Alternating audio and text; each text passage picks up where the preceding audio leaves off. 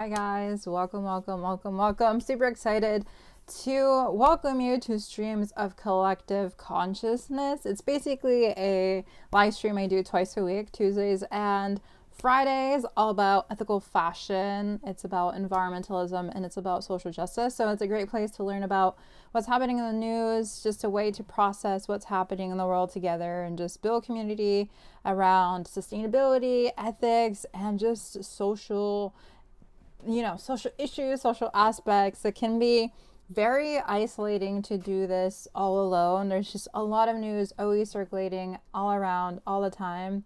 So yeah, I'm super excited to get into it. I use this Canva deck. It's super corny sometimes to use it, but I am a very organized streamer. It's almost like a presentation, you can say, and all of this information in the Canva deck is also public. It's a resource that you can use or look at. So if you don't want to listen to an entire live stream, you can just you can skip through, you can look at the Canva deck. I usually stream for 2.5 hours, so quite a bit, but not too much. I am actively doing a lot of other stuff. So this is just something I do for fun, to, again, share news and just have a place for all this wandering things in the world. But yeah, I found in all these other social media. So if you want to follow me on Instagram, TikTok, I'm on all those things. I'm still trying to figure out how to stream on Twitch, but that's a goal. But I've only been live streaming for 3 months. But basically how it functions is I start always at 4 p.m. Central Time until 6:30ish. So again, the 2.5 hour stream. I welcome the stream and then I get into the news pretty fast, to be honest.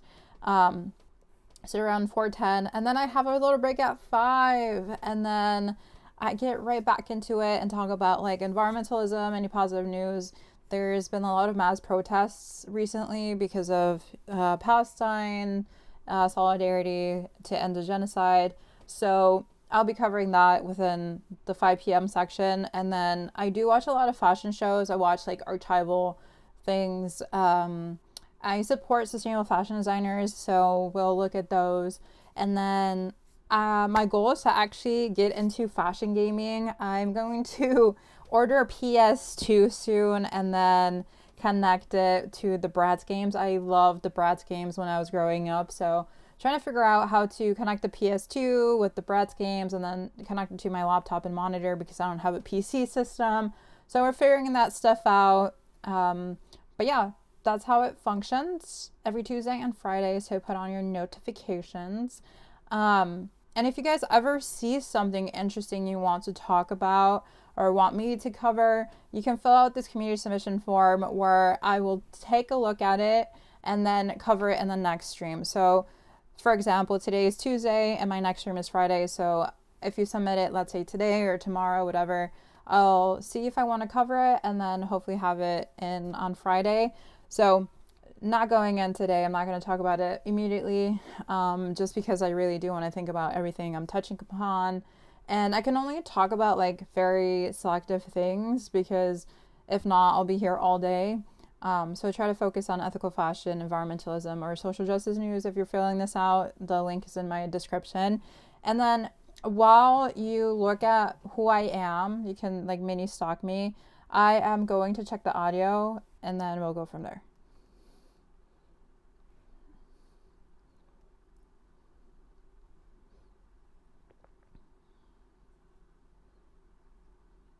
Okay.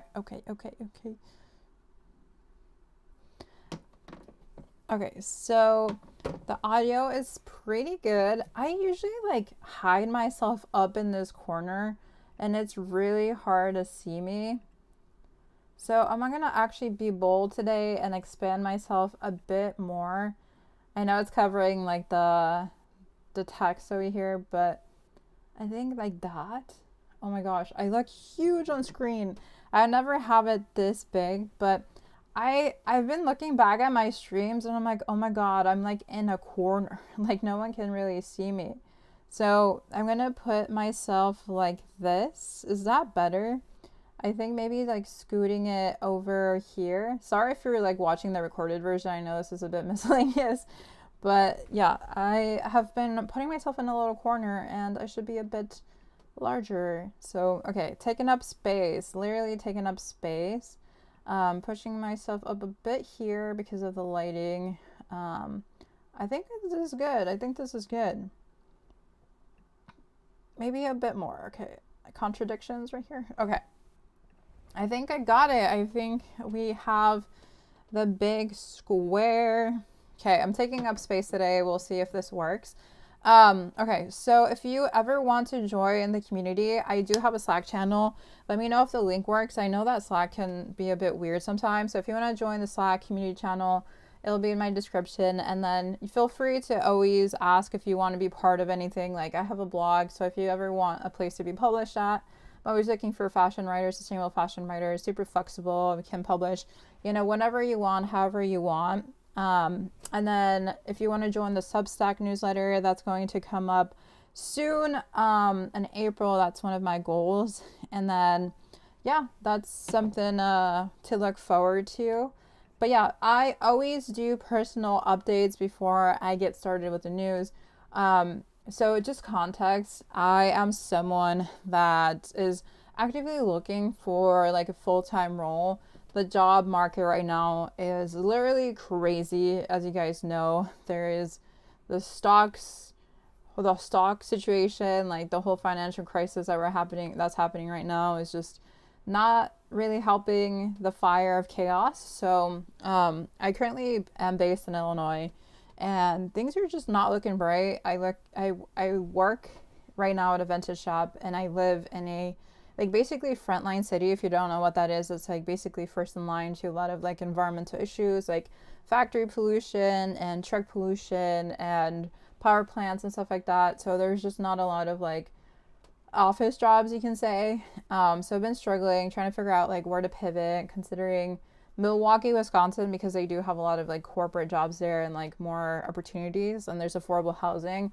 Affordable housing is so important for someone that's young like me in her 20s that just cannot really get approved for like a $2,000 studio. Like $2,000 in a studio is crazy times.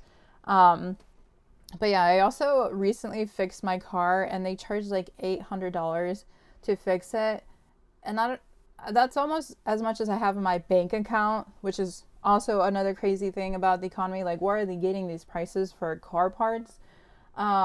And this situation has been happening for over a week and a half, where I'm like actively trying to figure out how to fix my car, and I finally got answers. But like in total to fix it, and some with everything else, it was like $1,000.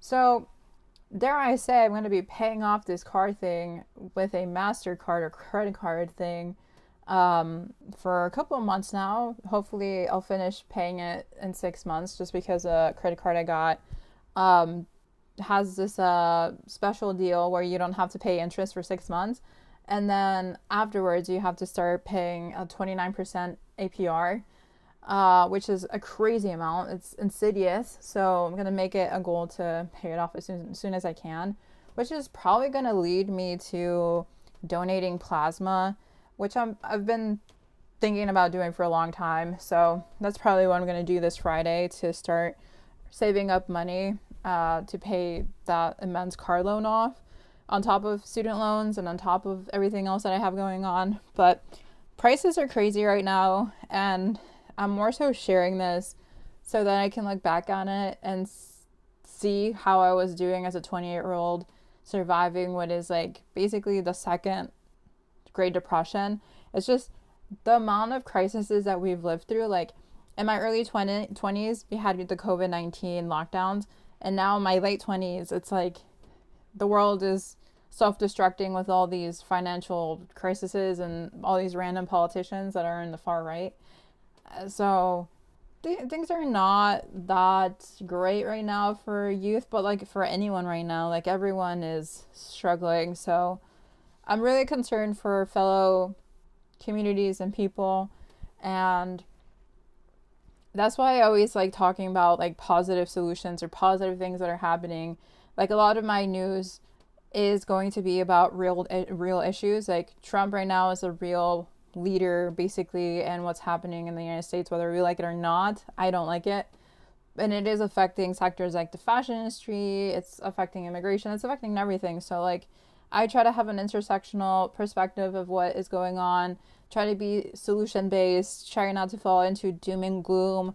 I think there's always going to be like a solution out no matter what's happening. And so even though like I have loans up to the roof and I've had the most chaotic week trying to find work and have resorted now to like go and donate plasma as a source of income, I think there's always going to be hope. I think that's what I hold on to at the end of the day, that things will get better, and I feel like they will get better. It's just a matter of pivoting, of strategizing, being like, oh, maybe I should move to Milwaukee where there's affordable housing, where I can like have a chance of like finding something realistic within my budget as I work the minimum wage jobs that is the only option that a lot of people have.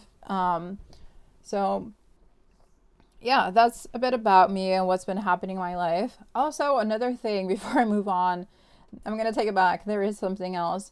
To force the spring glow up, it's so like complicated because I'm going to do a YouTube video on this, but basically it's like I need to cut my hair, I need to do my YouTube, I need to buy a new wardrobe, I need to like reshape my identity as a person.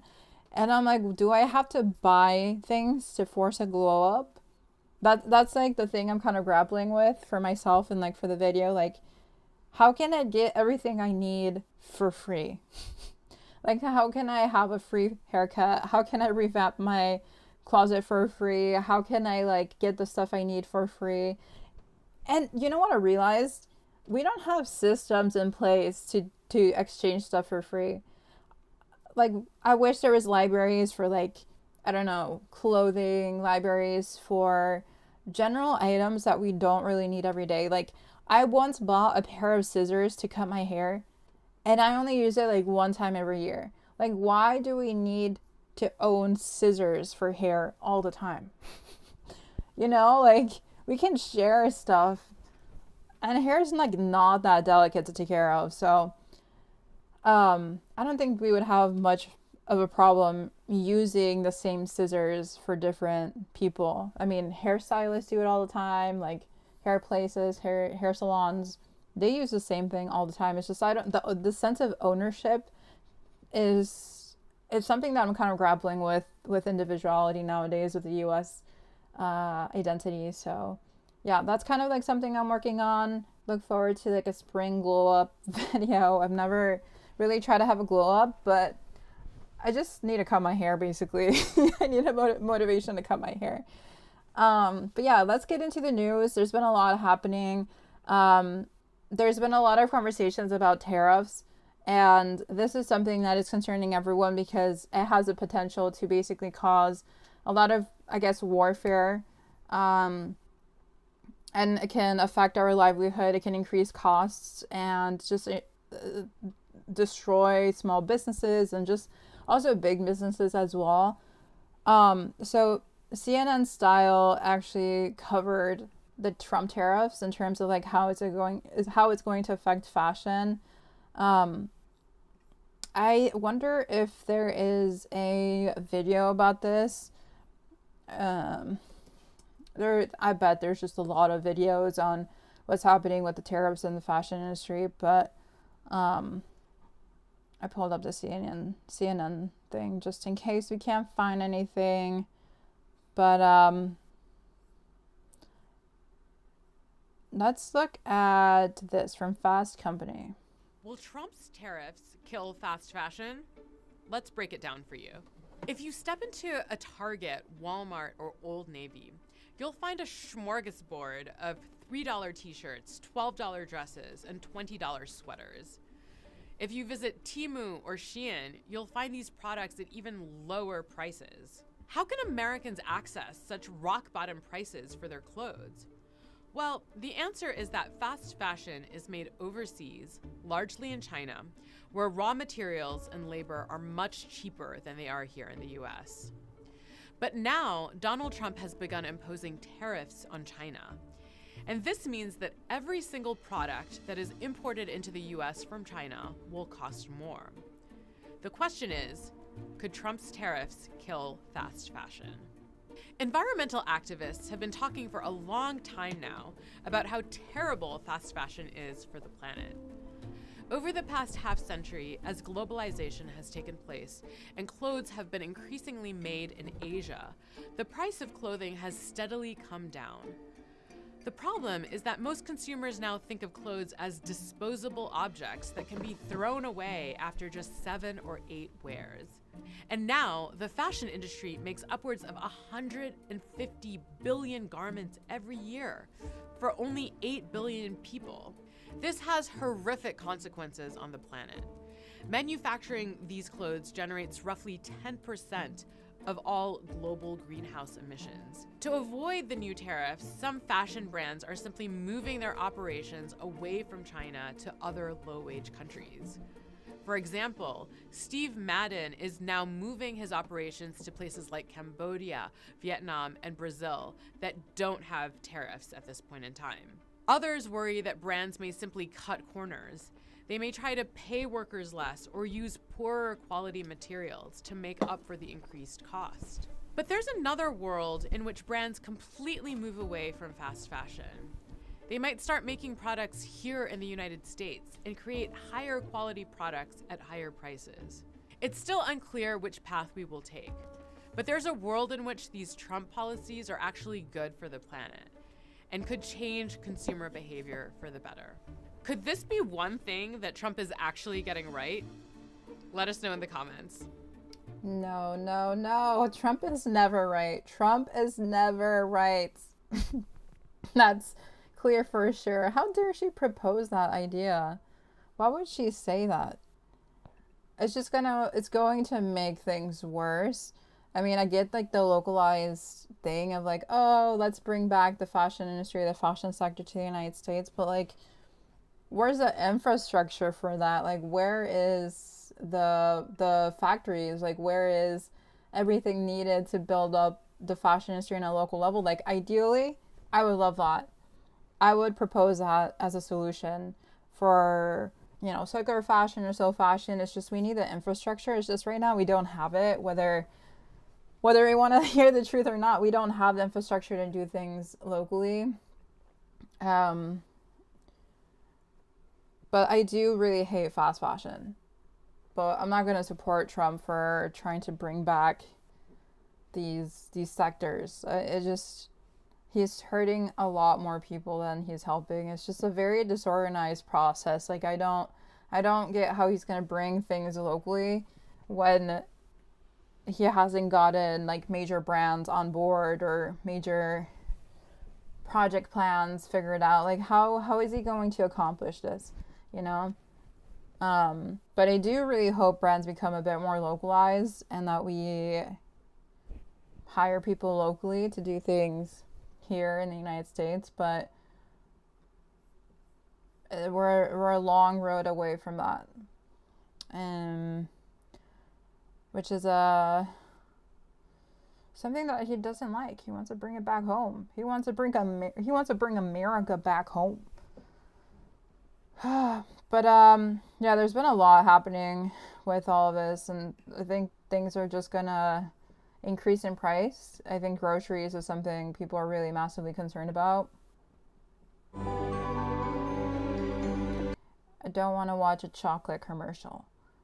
Chocolates. We don't have money for chocolates anymore. I'm sorry. Whatever this brand is called. What's this brand? Lindt. We don't got money for you anymore. Groceries will be affected as well. Matt Gutman is at a grocery store in Los Angeles. And Matt, tell us what you're seeing there. Hey, good morning, Michael. I mean, when it comes to groceries, economists project that if consumers are made to absorb the entirety of the 20% import tariffs on Europe, things like this, olive oil from Italy, $20 now, it'll be up to $24. And something else that folks are really not going to like, alcohol could also rise by that 20% as well. But not just not the imported alcohol. alcohol from Europe, but also... Guys, not the alcohol. I like how they take a moment to be like, especially the alcohol. Domestically produced alcohol because of the tariffs on aluminum and on glass. Something else, seafood. The USDA says about 80% of seafood consumption in the U.S. comes from high tariff countries. India, Indonesia, China, Canada, Vietnam. So that could rise. But there are a couple of bright spots. The folks here at the Sabzi market say that meat, poultry, eggs, dairy, they're likely not going to change much. Also, take a look at this produce display here. And despite the tariffs on Mexico and Canada, the folks here at markets like this don't expect produce to rise much more than a couple of percent. Another bright spot, inventory. Managers of stores like this say that their vendors say they have plenty of inventory that will likely last for months, and consumers won't start to feel the pinch for several months down the road. But economists say the folks that will start to feel the pinch the soonest are low-income families, Robin. They will be the ones, but thank you for pointing. I will be one of them. I'm low income. I'm very scared. You know what I'm going to be eating? Pinto beans with bread and tomato rice. That's what I was raised with. That's how I'm going to survive, and that's how I'll continue to live. It's going to be pinto beans, tortillas, or bread, and tomato rice, or white rice with corn. So I will continue my poverty meals as normal. But CNN Style basically covered how it's going to affect fashion. So they explained that the global fashion industry was left stunned on Wednesday after U.S. President Donald Trump announced the highest and most comprehensive tariffs in nearly a century. The most severe levy is reserved for some of the biggest apparel manufacturing hubs. In an address from the White House Rose Garden, Trump announced a baseline tariff of 10% on all imported goods. However, tariffs were set significantly higher in roughly 24 countries where the U.S. runs a trade deficit, with many of the fashion industry's biggest production centers among them. Goods from Vietnam, the second biggest apparel exporter to the U.S. and China, will be subject to a 46% tariff. Let me repeat that again. Vietnam is going to be subject to a 46% tariff. Cambodia will have a 49% duty, and Bangladesh will have a 30%. I don't know if that's a duty as well or a tariff. But China will be subject to a new 34% tariff on top of the previously announced duties, raising its tariff rate to 54%, and the EU will be hit with a 20% duty. Oh my God. What is this? What is this? Okay, so it then says, we are deeply disappointed by the Trump administration's decision to impose new tariffs on all imports, says the trade group United States Fashion Industry Association in a statement. The action will particularly affect American fashion brands and retailers. The Trumps. I'm going to call the tariffs the Trumps, the mini Trumps, the minions of the Trumps. The tariffs, Trump said, would come effect midnight. Yeah, so it's taken effect. Now we're feeling the consequences on the following Tuesday, basically. So fashion stocks immediately plunged in after-hour trading, with Lululemon shares dropping over 10%. Nike and Ralph Lauren fallen. There's a song that goes fallen. Probably should play that, but I'm gonna get copyrighted. But yeah, Nike and Ralph Lauren fell 7%, and Tapestry, Capri, I'm not familiar with Capri, and PVH Corp down around 5%. The declines exceeded a nearly 4% dip in S&P 500 futures. It sucks to work in the stock market right now, or to be a financial bro or financial girl, finance girl or finance bro. It would suck to suck right now. Capitalism is a concept, I feel like. Like, where are we getting this money from? Like, I've always thought we were just playing around with money, but this just kind of confirms it. Like, what is happening with this economy? Like, what is happening with the stocks? Where is this concept of money coming from? Because everything is dropping. And, like, I don't get how money is real anymore. Like, how much are we actually worth? How much are we? Because I was hearing that we were in debt as a nation. So, like, what are we actually recovering or losing? It's just all very confusing to me.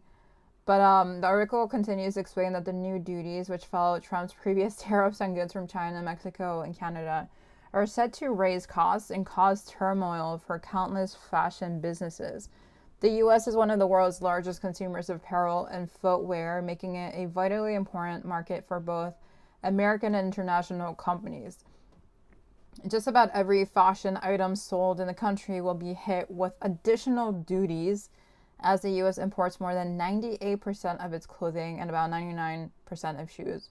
So basically, US brings in parts to sell or make in the United States. Like most of the things that we bring into the United States are probably already built. Like where do we assemble clothing in the United States? Like most of our garment districts are basically over with. Like I was watching a documentary that the New York garment district is basically dead.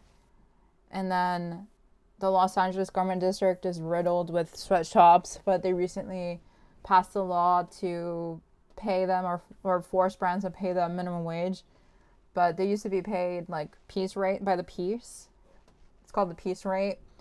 And they would not even make minimum wage jobs or like minimum wage.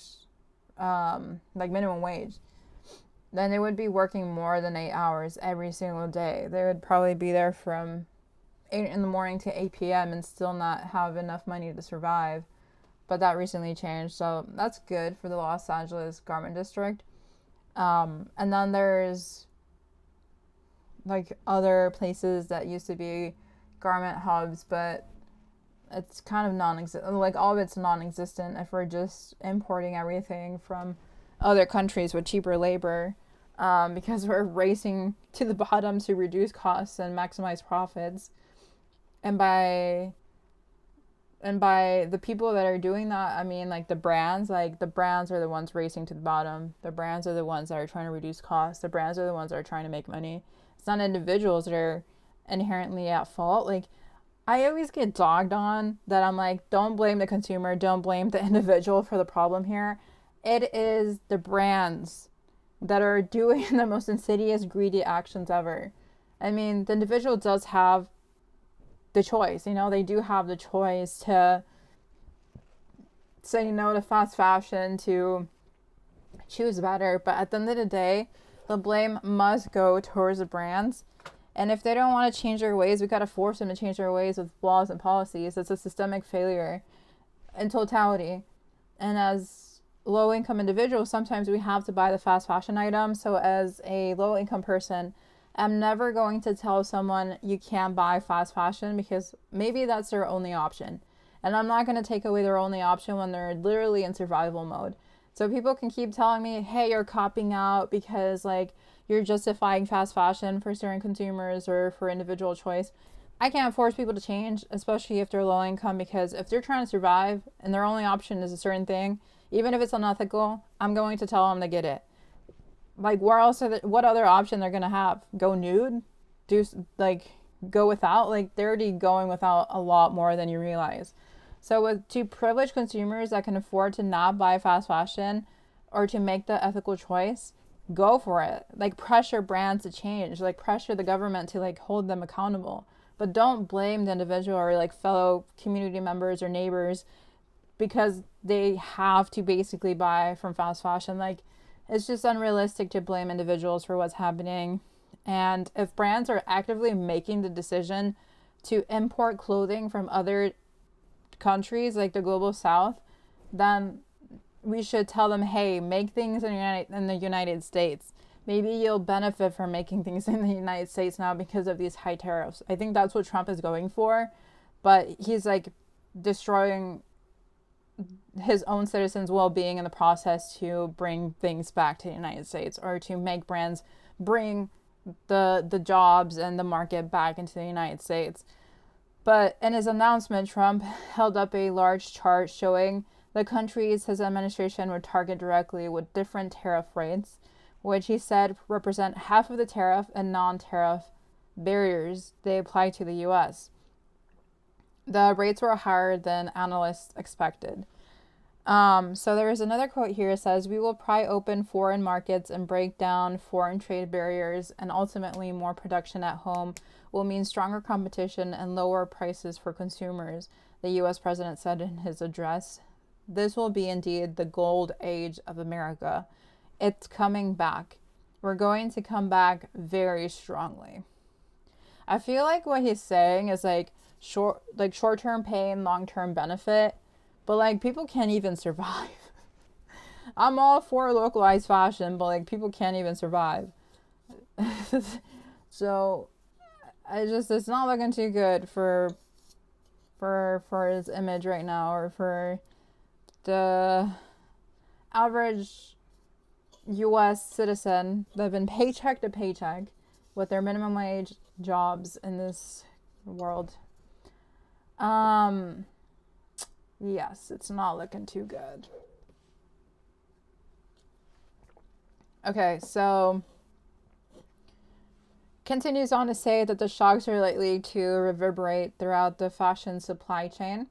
After Trump's previous tariff announcements, companies such as Walmart had already announced their intent to negotiate with suppliers and asked them to cut costs, taking on part of the burden themselves. Factories tend to operate on slim margins already, and demands for price cuts will only squeeze them further.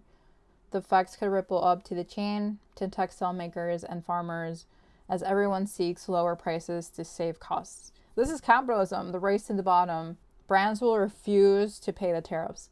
So that's why we're paying it as consumers, because the brands do not want to pay it. The problem here are brands. I don't know if people understand this. Like, the brands in the fashion industry are at fault for fast fashion. They do not want to pay their factory workers. They don't want to pay ethical contracts to anyone. They don't want to, have a healthy supply chain. And by healthy, I mean like ethical and sustainable. They don't. They're subcontracting things all the time to make money. It's all by a system. It's all by design. And then they say, oh yeah, we don't know who we subcontracted our work to. We had no idea that they're using exploited garment workers. That's BS. That's BS, honestly. Oh my God. And so I think this describes it really well. So the article says many brands and retailers, meanwhile, will have to choose between absorbing the costs in order to hold prices steady or passing them on to consumers via price hikes at a moment when many are likely wary from inflation and minding their budgets, meaning they don't have money. Before the new tariffs were announced, the uncertainty around what Trump's plan would entail already weighed on U.S. consumer confidence, which fell in March to its lowest level since the pandemic. Yeah, people are not happy. They're not happy whatsoever, and I'm not surprised. So David French, the Executive Vice President of Government Relations for the National Retail Federation, explained that more tariffs equal more anxiety and uncertainty for American businesses and consumers. Yeah, so when I was working at the vintage shop this Monday, we literally had 3 people walk in within the span of 6 hours. And this shop is in downtown. The first customer, not the best, was asking for us to give them special deals and looking for specific things.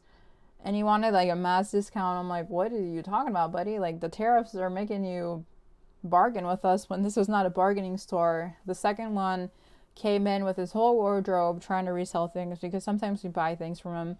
But my manager was not answering his calls. He was not at the store. So I told the guy hey, we're only buying on the weekends when my manager's in on the weekend. And he went away really frustrated. And then the third customer and the last customer of the day only bought one pair of shades for $10, and he seemed like he was French, so he had that French money. He was not that worried. He had that what is it, the francs? He had that franc money. I don't even know what French money is called. But let's continue to the article. It says, while the tariffs will hit a wide variety of fashion businesses, some sectors may be particularly vulnerable at the moment. Luxury, for instance, has seen the U.S. at its most resilient market and a global slowdown. Few companies make their goods within its borders, however, meaning they will now incur new costs, after already spending much of the last few years raising prices. So LVMH, which opened its third factory in the U.S. in 2019, is one of the few with a notable manufacturing footprint in the country. RBC capital market analyst Perel says that recent research note that those facilities account for about 50% of its product volume in the U.S. LVMH. We shall look it up. Tell us the legitimacy of that, YouTube. LMHH, made in US. Da da da da da. Luxury fashion is for broke people? Okay, what is that? We don't have a made in America iPhone. Oh, interesting. Wait, let's see this. French luxury giant LVMH has started the year on an optimistic note, posting a 1% rise in fourth quarter sales, equaling a total of 23.9 billion euros, a sign that the luxury sector may be recovering from a recent downturn. The sector has been wrestling with its slowest sales in years, weighed down by China's sluggish economy.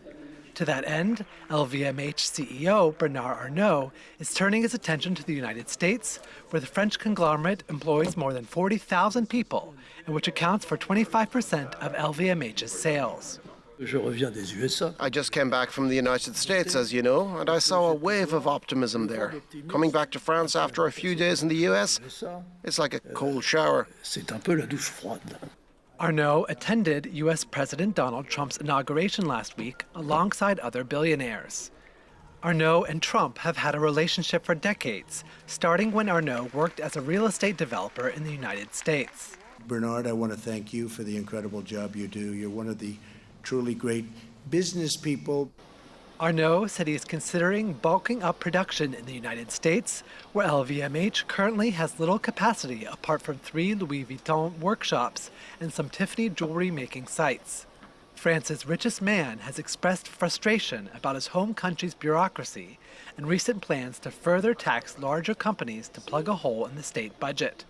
Arnault said U.S.-based factories benefit from attractive tax conditions that will improve under Trump, praising government subsidies for workshops in certain states. Just 3 mere factories? Guys, come on. Do better. Do better. Oh my gosh. Alrighty. Well, it says all businesses will feel effects in one form or another. Even those that produce their finished goods in the U.S. get many of the raw materials overseas, and the industry will have to navigate through a series of challenges in the months ahead, meaning they will decide whether they're going to pass the costs down to us, which most likely they are. They never give a heck about us, so I think they're gonna charge us more for our goods. So fast fashion, here we come. No longer is Shein going to sell their $5 shirts or something? But here's an article about Shein and whether Shein's loss is a sustainability gain. Interesting. So this is from Vogue Business, and they explain that the de minimis loophole used by fast fashion giants is a way to get cheaply and quickly. Wait, what? What is this sentence? The de minimis loophole used by fast fashion giants to cheaply and quickly gain ground in the U.S. will officially close, assuming the Trump administration doesn't reverse its latest decision. That sounds like ChatGPT wrote that. That was so confusing. What is this sentence? Okay, so announced as part of Trump's Liberation Day tariffs that will roll out April 2nd, or has rolled out April 2nd. It's just one way global trade is being reconstructed. Since its introduction in 1938, the de minimis exemption has enabled international companies to skip import taxes and custom inspections on shipments valued at $800 or less. Now it is set to end on May 2nd, barring another reversal. The first elimination in February, announced as part of other tariff measures, was repealed after 1 week as packages quickly piled up at U.S. Customs. Large retailers have lobbied against the rule for years, claiming it creates an unfair advantage for foreign fast fashion companies shipping at low-cost goods into the country without incurring additional fees, while U.S. companies were held to different standards. To some, it has been a long time coming. Over the last few years, being in logistics, we've always thought that de minimis would end. says Maggie Barnett, CEO at LVK Logistics. We were just waiting for the government to understand what they were giving away with this loophole. Hello, Marissa. Nice to see you. We're talking about Shein and supply chain loopholes that Trump is taking away. So the elimination of de minimis, I don't even know if I'm saying that right, is basically good for sustainability, the article explains, because it will prevent fast fashion giants like Shein and Temu from capitalizing on the loophole for their ultra cheap goods. Some see the closure as a win for sustainable trade over fast fashion, preventing companies like Shein and Temu from capitalizing on the loophole to easily gain ground in the US. The minimis trade assumption has allowed millions of dollars of cheaply, poorly made fashion to flood into our country, undermining American manufacturers and American labor while harming our environment. Yes, that was released by the American Circular Textiles, which is an industry coalition. So the organization is calling for the tariff funds to be used to support reshoring, onshoring, and rebuilding incentives. So resale platform ThredUp said in a statement that it applauds the end of this assumption because it is a critical step in addressing the unsustainable flow of ultra fast fashion in the US. In a recent YouTube video, I actually said that Trump could be our slow fashion king, whether we agree with him or not, because he's trying to like bring production back home. But I don't like Trump, so the man is very problematic. And even if this like elimination of a loophole is effective, like it actually happens, I'm still not going to support him. But it does gladly set Shein and Temu back a bit more. But yeah, they believe that ThredUp believes that making fast fashion more expensive will incentivize consumers to choose quality, durability, and secondhand options. ThredUp sees this policy as a significant win for both the environment and the future of sustainable fashion. The thing is, my fear is, as a leftist and as someone that really cares about the leaders in place that represent us, I do not want people to support Trump or favor Trump because he's pushing for sustainable fashion in some way. Like ThredUp's narrative right now is like, thank you, Trump. Thank you so much for allowing consumers to be pushed to choose secondhand. But they have an incentive to say that because they are a secondhand platform. They rely on secondhand goods to make their profit. So in a way, they benefit from Trump's agenda. But I'm very, very hesitant when companies like this, like ThredUp, are like, yeah, this is great, guys. We love this, but it kind of gives more favor to Trump because of it. And I don't. So I want to be very clear that I love sustainable fashion and I love this loophole coming to an end. It's just I am not going to support Trump because of it. I'm not going to be like, oh my God, he finally did something right. Like, no, he's not doing anything right. I think this is something that's needed to happen. And Trump, just because he wants to bring things back into the country, he's getting rid of it. He doesn't actually care about sustainability. Like he's not in it for the environment. So for that logic, I'm just like, no, I don't. Trump is so unproblematic. I can go into a million tangents. I'm probably not making a lot of sense because I don't want to cuss this man out online. But yeah, if ThredUp wants to support Trump because of it or give him praise for what he's done, they can do it. But that's not me. In a way, I'm even more wary of ThredUp now. Like I'm like, what is their executives doing? What are they scheming? What does ThredUp actually stand for? Is it money or sustainability? Because they're going to profit a lot from this loophole or the lack of loophole. But these giants are going to find an alternative. What is Vogue Business saying? These giants are well positioned to find alternatives. And as prices rise across the board and step with global tariffs, they could remain the most affordable option even without the loophole. There's this weird ringing in my room or outside, or it's happening somewhere. I feel like they're what is happening? Every time I talk about Trump or talk about fascism, oh my god, did my screen glitch? No way. When I said fascism, my screen glitched. This is literally what I'm saying. I cannot talk properly and I can't like explain any of these things without something happening. I literally heard a ringing in my ear when I was talking and I couldn't talk straight because of it. Oh my gosh. Oh god, I'm just gonna like move forward. But basically, oh gosh. So consumer confidence in the US is dropping thanks to incoming tariff hikes, meaning many will be looking for affordable options. Maybe more people will go thrifting, right? Oh, they're gonna look for the lowest price options. Probably. As a low income person, I always look for the lowest price option. But that doesn't guarantee thrifting at all. They're gonna look for promotions and discounts among lower price brands to close the pricing where it used to be. Interesting. Yeah, I mean, that's right. Like we're all struggling to survive. So I mean, that makes sense. Oh my gosh, what is this? All of a sudden, the consumer is going to prioritize certain things, and sustainability might not be one of them.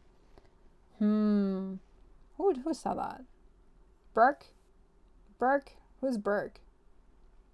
Who is Mr. Burke? They be throwing in characters in these articles like a fucking story, and I don't even know what they're saying. I cursed. I'm sorry. I'm getting irritated with this article. Who is Burke? Let's take a break from this article. Let's get back to it. I saw an interesting video of how a lady is grappling with how can we make phones in the United States. Actually, not the commercials, not capitalism. Guys, I'm losing my damn brain because of Trump. I don't like the man. I don't like him at all. 16 charging port, and you'll see in teeny tiny letters, China, not America.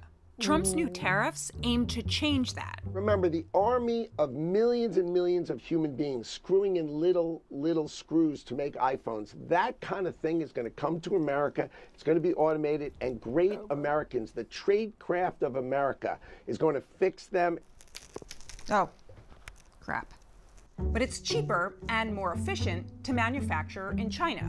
Just listen to Apple CEO Tim Cook. China stopped being the low labor cost country many years ago. And that is not the reason to come to China from a supply point of view. The reason is because of the skill and the quantity of skill in one location. What would it take to do that in America? Every expert I spoke to said it's going to take time and a lot of money. And a lot of expertise, all of which takes years to develop. 3 to 5 years, depending on the product, to put that in place at the scale and quality we need in the U.S. Yes, they all agreed advanced automation would be essential. But no one could say how much an American-made iPhone would cost. There are just too many unknowns. So we aren't going to get a made-in-America iPhone anytime soon. But what we might get is a more expensive iPhone, because of tariffs. Take the 256 gigabyte iPhone 16 Pro. According to Tech Insights, the hardware costs Apple about $550. Add assembly and testing, and Apple's total cost lands around $580. Now apply the newly announced China tariffs, totaling 54% to the hardware. That bumps Apple's cost up to $850. Apple charges $1,100 for that iPhone 16 Pro today. But that price could increase because now Apple would have to pay more. The company declined to comment on its plans. Or maybe Apple eats some of the cost. Or maybe Apple gets another exemption. Or maybe we all start buying used iPhones. Or maybe we all learn how to remove little screws, little screws. There we go. little screws. Fun fact about me, I buy all my phones used. They're refurbished. So if you're ever interested in buying unlocked phones that are used, that are not tied to a phone plan, you can buy them refurbished on a lot of different sites and for way cheaper, and you're not tied down to a plan whatsoever. I do this all the time. I have the most wanky phone plan ever, and it works for me. So I bought this used, but it was on Amazon. I used Amazon, unfortunately, but very reliable for me. I've been doing it since I was like 18 years old. All my phones have been used. I've never bought in a new phone, and I support the mission of buying used. And the phones work. Like they're decent phones. They last for years and years and years. It's just people don't want them anymore because they want the newest model. But the ones I've bought, perfect. No issues. It's just I crack them. Like I drop them all the freaking time. So that's why I need to replace them. Oh my gosh, I'm just gonna continue on. If you guys want me to talk more about tariffs, you're gonna give me a heart attack. It's a very important issue. Maybe I'll keep covering it as more updates come up. But I'm gonna like have a heart attack if I continue talking about tariffs and Trump. So we're gonna move on to a more positive aspect to sustainable fashion and showcase this fashion designer who's turning plastic into beauty. She was on News 24, so we'll hear a bit more of her and her story and what she's doing for eco-friendly initiatives. Eco-friendly initiatives. Come on, video. Let's do this. Not the ads. No. I don't want to boost my reputation. I'm good, thank you. Blah, blah, blah. Skip ad, yes. Oh gosh, I'm always in the way. Michael Law is a brand name that was inspired by the love and passion that we have for eco-fashion and arts. We manufacture bags, accessories, home crafts and furniture from recyclable material, but mainly we focus on 4 different types of plastics, which are considered as a safer plastic option for food and drink use. But unfortunately, they are quite difficult to be recycled. Hence, I came up with the solution to help reduce the amount of single-use plastics that are smothering the township of Orange Palm and Mogale City. Before we had like hotspots where we can get our plastic, we would usually drive a wheelie bean, go to these illegal dumping areas nearby in Orange Palm, and we would collect like dirty plastics, really dirty plastics, so that we can wash them and create a beautiful bag out of it. I was pushing a wheelie bean and people were thinking I'm actually crazy because I would wash these plastics, dry them using like a drying lane at home, and they would see it passing by the streets. So a lot of people didn't understand. They thought maybe this child is crazy. They must just get a job. But they didn't see the burning fire inside me, the passion that I had.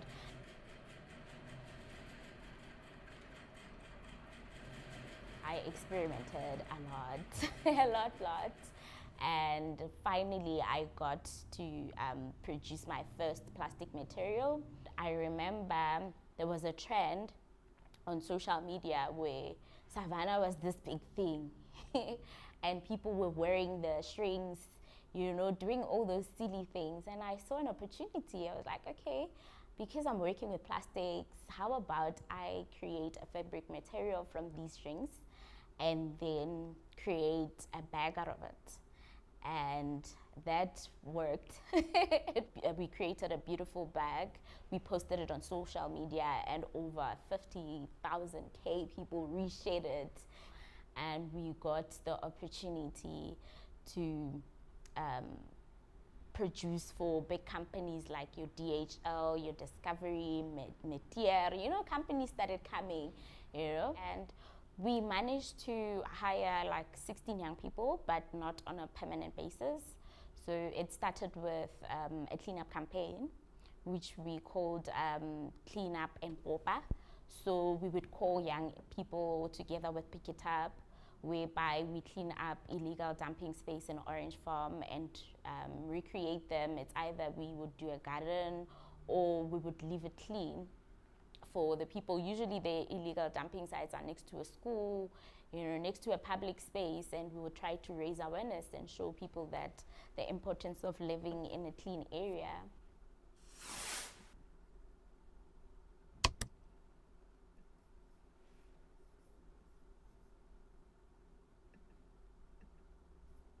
Seems like she was very talented, or is very talented. That's great that she was featured in a lot of different brands. To hire 16 people, even on a short-term basis, so is a win. And yeah, she's upcycled over 100,000 tons of single-use plastics. That's a crazy amount.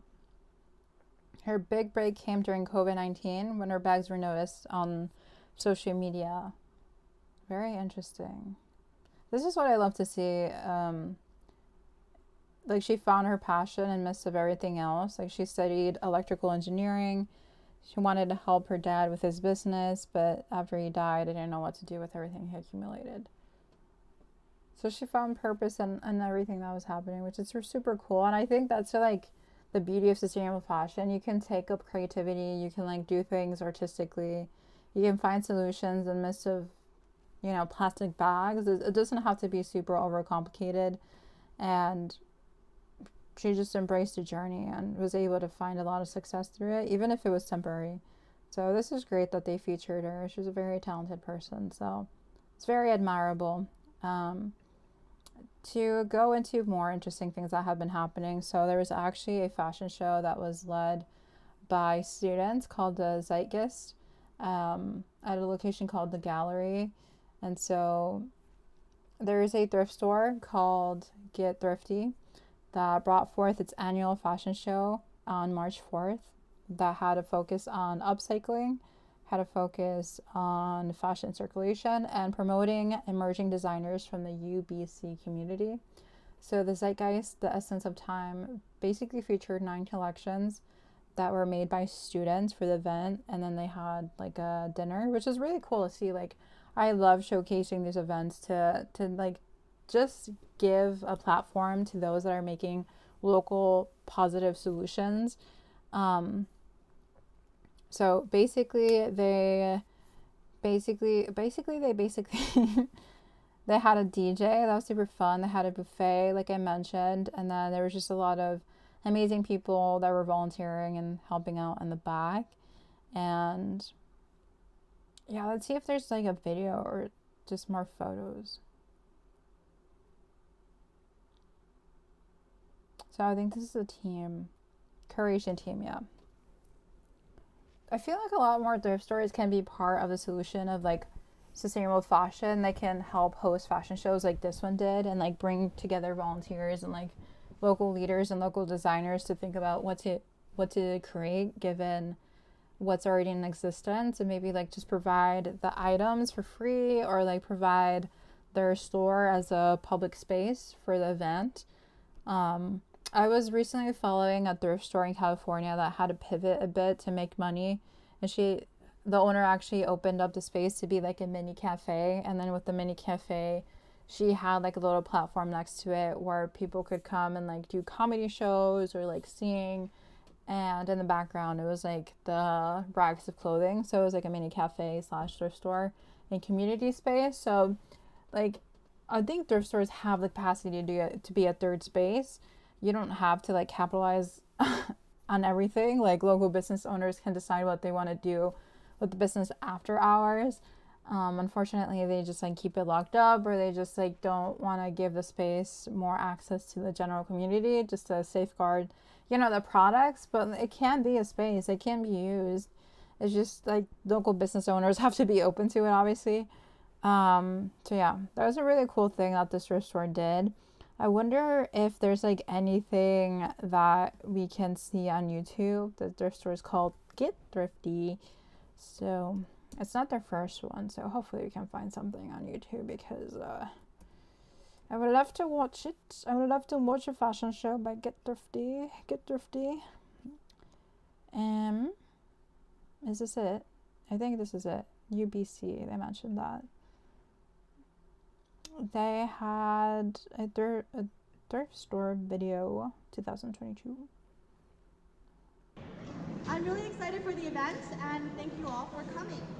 To begin, our first show will be streetwear, and the curator for this show is Michelle Mai. She was inspired by the versatility of streetwear in New York, and this show showcases some funky patterns and bold colors.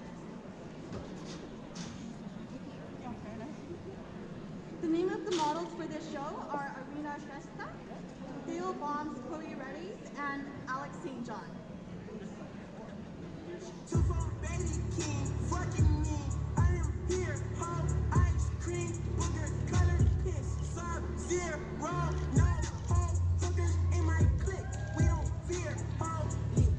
I'm gonna get copyright striked. Da da da da da da. I can't listen to the music or else I'm gonna get copyrighted. Yeah, yes, queen, yes, da da da da.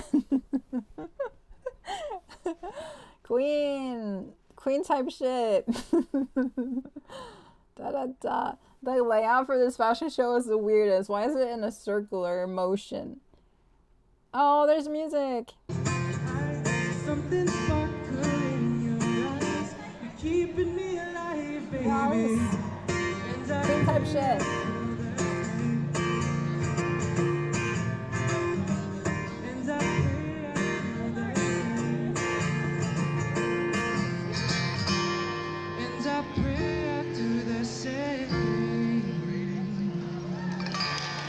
Thank you so much, and enjoy the fashion show, guys. Yes. Queen things. I'm confused if the thrift store was in the mall. And it seems like they're having the thrift store in the cafeteria of the mall. Or is this the university? I think this is a, no, this is a thrift store, right? What is this? It looks like an airport mall store. It doesn't say where it was hosted, but the layout's pretty interesting. I hope that they're not changing behind here because that would be a very public dressing backstage area. But very interesting layout. But we do what we can, what we have, which is important. I wonder what their promo video was for this. Let's see. Get thrifty, UBC.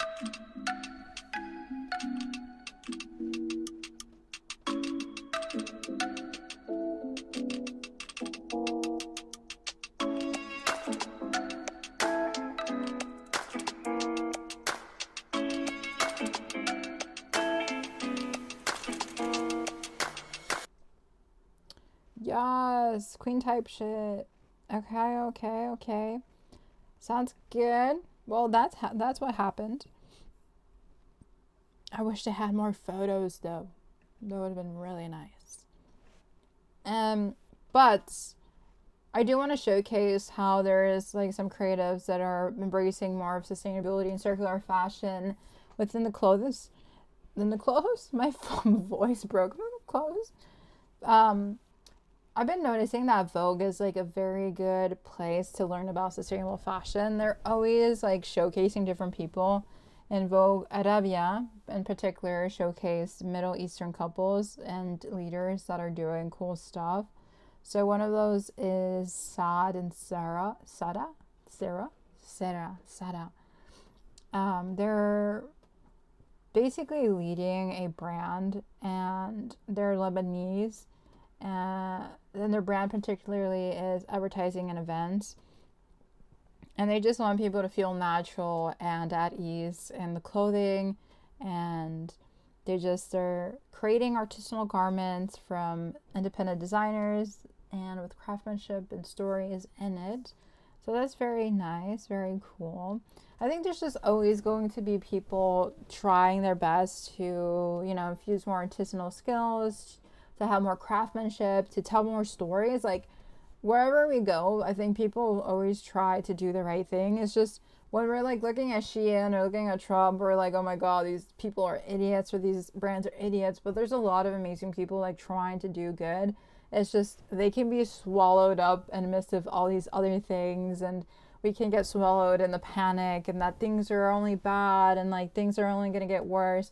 But there's, again, a lot of people that really do care and really are good people. It's just we have to look for them and we have to uplift them and we have to be them. Like, we have to be hopeful. We have to be, you know, solution based. We have to be like, this is going to get better. It's not just doom and gloom. It's not like the end of the world, basically. Like, we can continue to fight for what's right. We can take action. We can pressure brands. We can have hope that democracy can work. And we have to fight against those that want to end democracy. That's why I'm always like, guys, like, let's get a bit more involved and like take action. Let's do what we can with the resources that we have. So yeah, it's never about giving up on each other or blaming each other for what's happening. It's more so like a systemic thing. We have to keep looking at the system and being like, how can we change this for the betterment of people and the planet? And like Mara, for example, and Celine, they're adorning their gallery with masterpieces. This is something that they thought could be a good solution. So instead of purchasing new outfits for every new exhibition or gallery event, they score each other's wardrobes, styling pieces in new and innovative ways. And they explain that we're lucky that they're the same size and swap clothing a lot. And it's a better way to find new outfits than just buying, you know? And then they explain your closet gets cluttered with so much stuff that you don't really need. Yeah, my closet's so full of random stuff. I'm like, I need a clothing swap ASAP so I can get rid of some of this stuff. But yeah, they're on a journey. They're saying we're becoming more conscious, you know.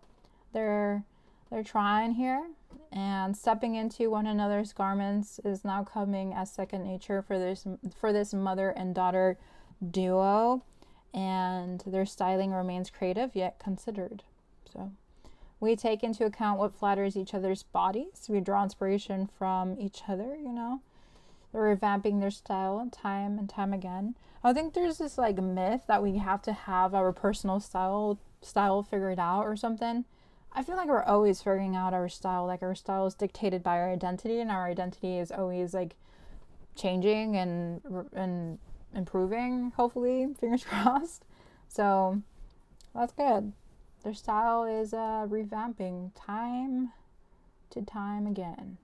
So, and then another cool power dynamic is Rumana and Sylvia. So they're boutique owners who are basically creating this Dubai-based conscious concept store. It's called The Edit, and yeah, they're trying to do better in the fashion industry, and that's them. Conscious concept store, The Edit. So they explain we're in each other's wardrobes quite a bit, and let's see. They enjoy different things. So Baolan, on the other hand, enjoys shopping vintage, especially in Italy, which has an archive of pre-loved fashion. Sometimes when I buy a new piece, I send a picture to my friends and tell them that we have something new in the closet to share. Oh, that's so cute. I wish I had friends like that. Imagine if I buy something and I put in the group chat, guys, look at what I bought. You guys want to share? That's like so wholesome. That's so wholesome. I want friends like that. I'm gonna cry. I wish I had friends like that. Everyone will style it in their own way, so it's completely different each time it's worn. Oh, let's watch this video. I didn't know there was a video. I was over here reading the article. Blah, blah, blah. Where's the volume? Can you hear it? Hi Vogue Arabia, I'm Sylvia Paulan. Hi Vogue Arabia, I'm Ramana Nazim, and today we are swapping clothes. Yes. What's this audio? I borrowed this Fendi coat from Sylvia, which I love because the color is very much my style. I love how it makes me pop, and I love the structure of it. And I borrowed this beautiful top from Rumana because it's actually an Indian designer, and I love how she wears her heritage designers in such a contemporary way. How would I style this piece? So if I were to wear this, I would style it with a very exaggerated skirt. I love the silhouette, which is quite fitted. I actually style it with something very simple and even casual, because the coat is already so structured and so important. How would I describe our relationship? Well, it's a lot of laughter. Yeah, It's you've described it as having 20 tabs open on your computer and not a single tab ever closes. Yeah, not just a friendship. It's where she's my lawyer because she's actually a lawyer. She's my stylist. She's my therapist most of the time. Likewise, yeah. We have a lot of unpaid jobs with each other. Hi Vogue Arabia, I'm Sarah. And I'm Saad. And today we're swapping clothes just like we always do. Always. So I took this jacket from Saad because I really like it. I love the burgundy color. I love the embroidery on it. I like that it's an artisanal piece and it's really related to our culture. It looks amazing on him, but I like wearing it as a dress because it's a bit cooler this way. And I took the shirt from her because I like how it's the fabric first and how it's non-conventional in terms of structure and buttons. And yeah, I love it. I mean, it's neither a blazer nor a shirt. That's why it's cool. I would describe Saad's style as a bit laid back. He's known for his colorful shirts. So I feel it's comfortable and stylish at the same time. If I want to describe Sarah's style, it would take me a long time. However, she's someone that likes a lot of contrast in what. I like how he's like, it's gonna take me too long to explain what her style is, as an excuse not to explain it. I don't think he knows. I don't think he knows what he's doing right there. His eyes are blank. There's no dots, just vibes. I think she forced him on here. And what she wears, she can wear anything and everything. She wears all my clothes, with no exception. I mean, not everything. Yeah. The wishlist closet I would swap all of my closet for is Cher's closet. You can tell he's been forced to be there. Honestly, I'm obsessed. She's my icon. Everything she wears, I want. So for sure, it's her. So I would swap whatever I have that is not artisanal with artisanal clothes. That's something I would definitely do. Hello, Vogue Arabia. This is Mara. And this is Celine. And today we're swapping clothes. So today I'm wearing this dress from Celine's closet. I find it very young and funky and versatile. It's a shirt and a dress. It could be stylish and it also can be quite elegant, and I feel very comfortable in it. So glad to wear it. I've taken Mara's jacket.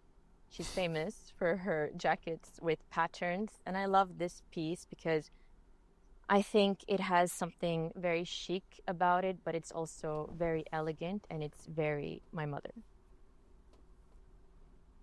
We often go to each other's closet. I would say every day. Yes. My favorite piece of Celine. She did not look happy about that. It's a leather brown jumpsuit, strapless. I think it looks amazing on me. She steals it very often. I'd say whenever I'm in Mara's closet, I'm mainly focused on her shirts and her jackets because she loves patterns and she's a bit bolder than me when it comes to that. And we both love to push the boundaries a bit and get out of our comfort zone.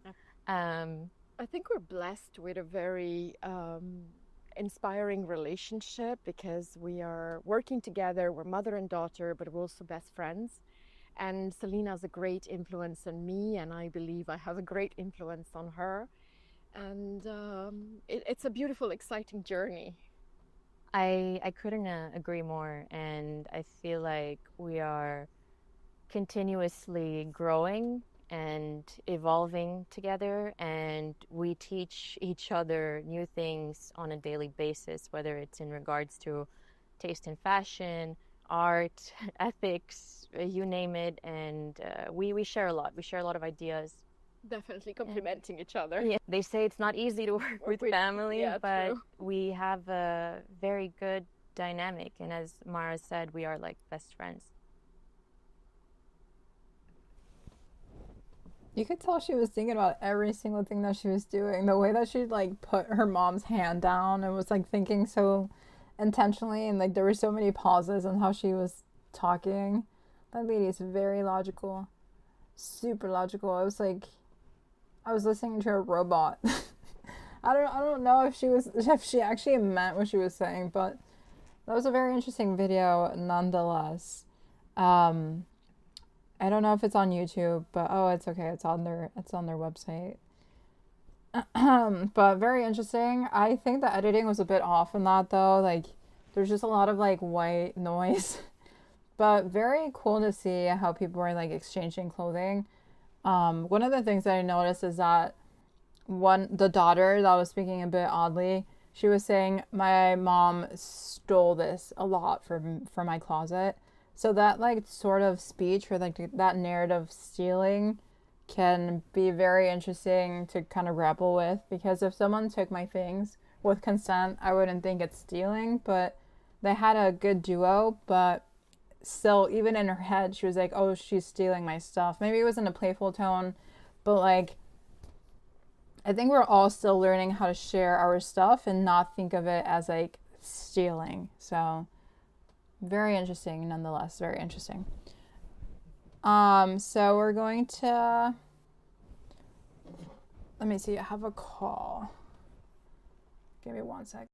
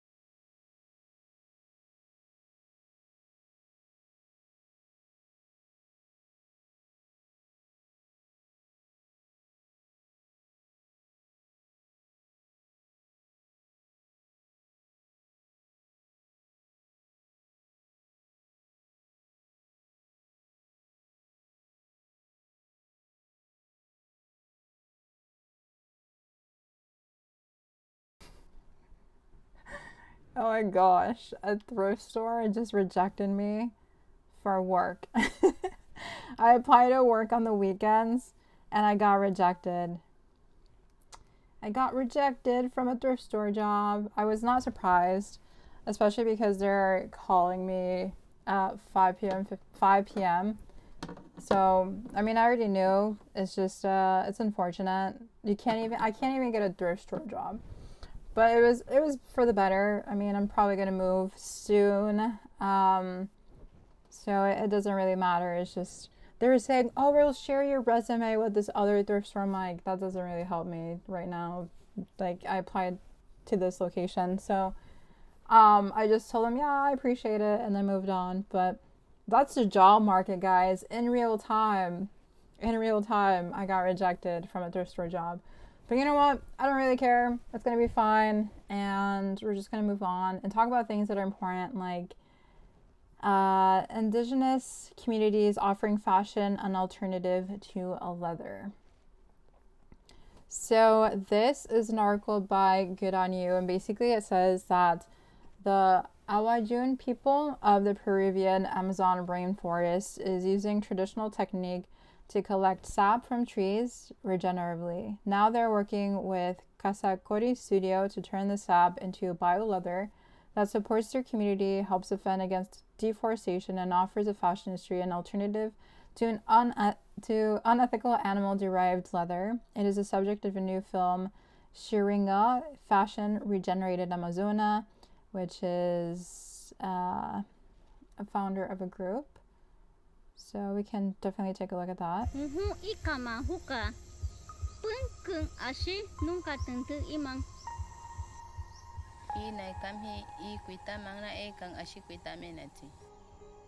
Bina ikam hunak continue munta tangkumenak oro takenak senchia muinabe. Duduka ina nungke ma muina duka Phumudzo di mene watamashi. Hoho ikamano ning shihing ayawe dunia genunuia hukina hana nungkutei. Shihin takaku ina ikamhis kuitamhis. Cuando trabajo con mis manos, debo conectarme con la naturaleza y la belleza, no con la destrucción o la violencia. Para mí como diseñadora, trabajar con cuero animal pertenece al siglo pasado.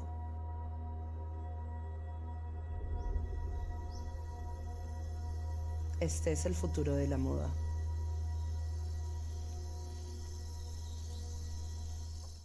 Super cool. I love that. So they're collecting sap to make the alternative.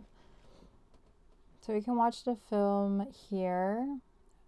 Oh, you can see the trailer here. You can watch it for free. I wonder if let's see. Oh, you can actually watch it for free at Water Bear. I try to log in. Okay. No, I don't want the emails. I just want to see what it's about.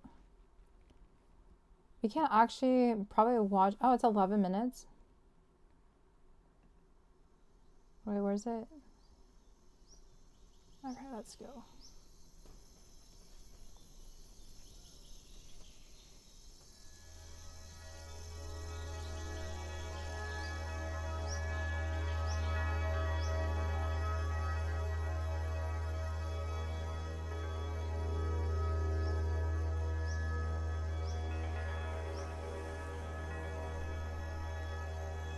Ikama huka pun ashi nunca tentu imang ashi imalisa ansan lumi aidos sampai yahu imayati pukusa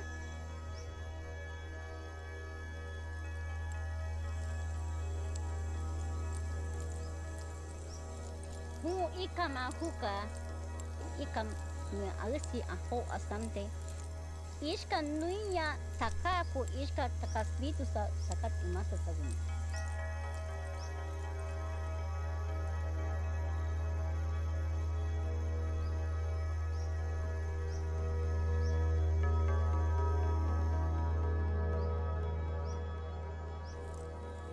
Hutei nung hutei aduka duik dangkamsa huka nung hutei asante ishka nung buai. Nung huka. Aish mang bitkasa. Hutishka nung kutei asante ishka nung kuahi.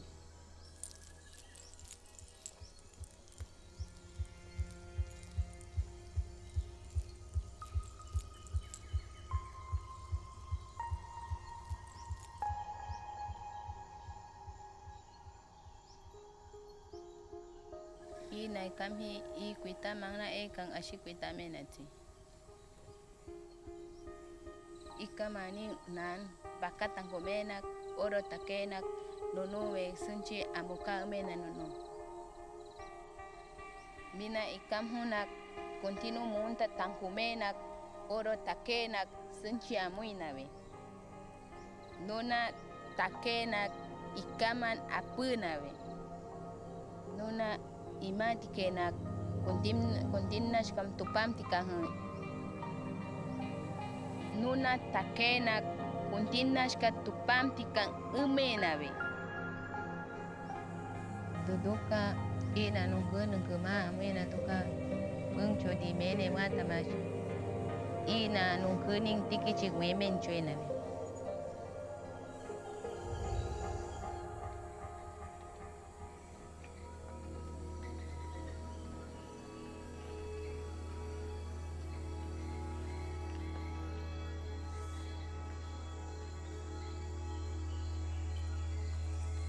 Hoho ikamano ning shihing ayawe dunia genunuia hukina hana nungkutei. Shihing ka shing sunjing tine sti sunjing tine tan imanku.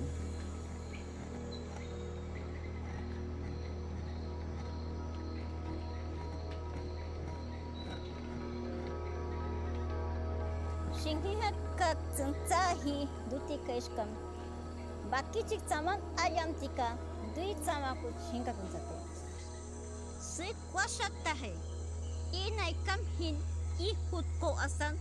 Bisa hansin ko puho asan. Nunu ikuitanku ikamyan mejuaku iyamek angkan sing tahimat puhahi.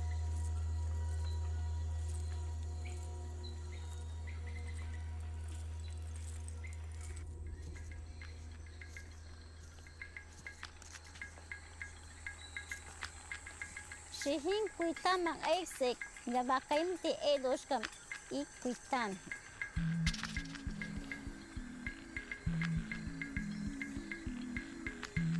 Shein tsahi duti geshkan nim chihin yapahian hanatasek ipak angkut nawe ninyas bersuba angkut nawe duti kan bisa yapahian hantu.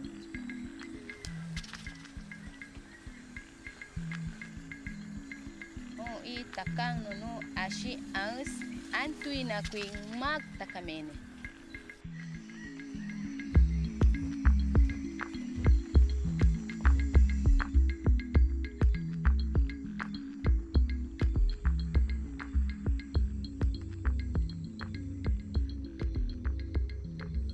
Shein takang duka inya uhus aina duhen sing butukai inyen maya hino asam.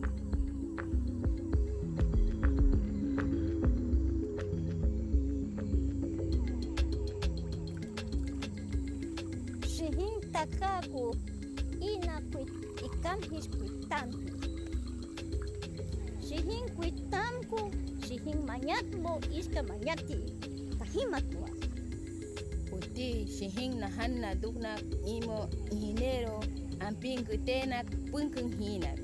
Shihing takasa ahapa mashkam nunkano yahashkam busumenchove.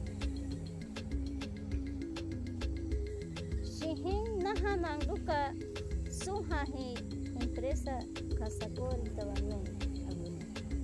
7 veces como patat na ve huha pintata sa iba tika kwa sing punkung.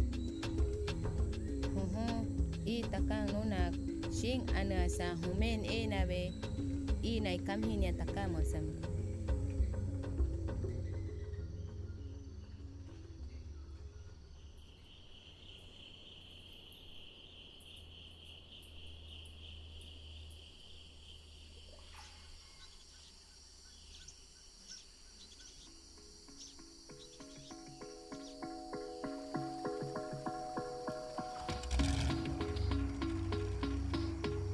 Se necesitan casi 2 días y una noche por río y tierra para traer el ate de chiringa de vuelta a la ciudad de Lima. La moda es creativa, necesita opciones variadas, texturas y cualidades, y todas existen en la naturaleza si trabajamos con ella.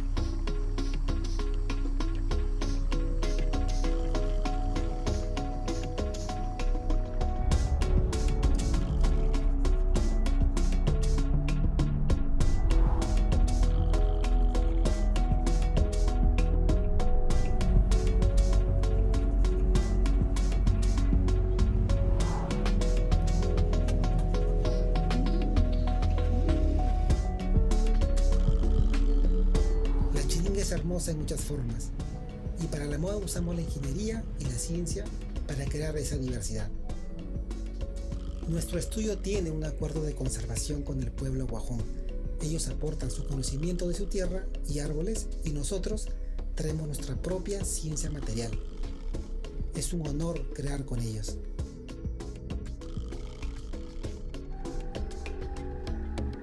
Y ahora podemos combinar lo natural y lo mecánico, fortaleciendo la chiringa y adaptándola a la imaginación de los diseñadores.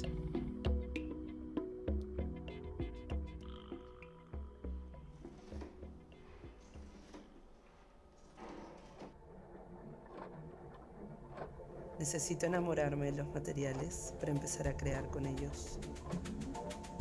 La manera en la que combino colores y formas en mi trabajo es un estudio de cómo las personas en las comunidades en Perú se visten.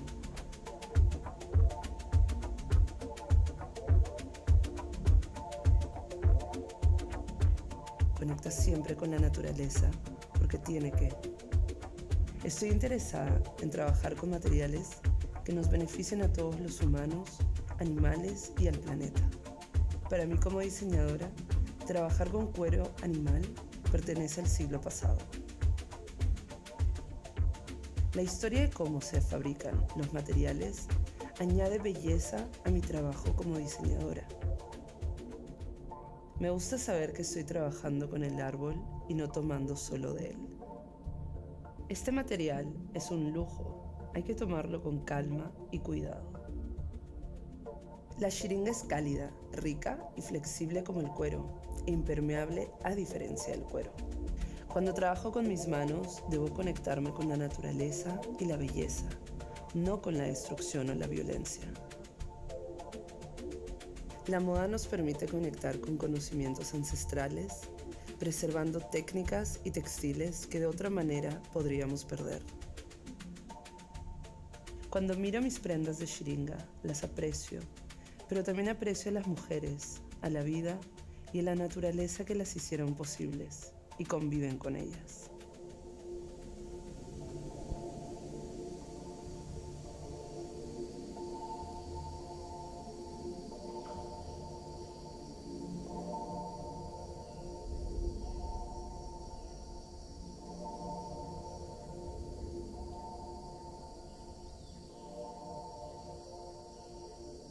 Este es el futuro de la moda.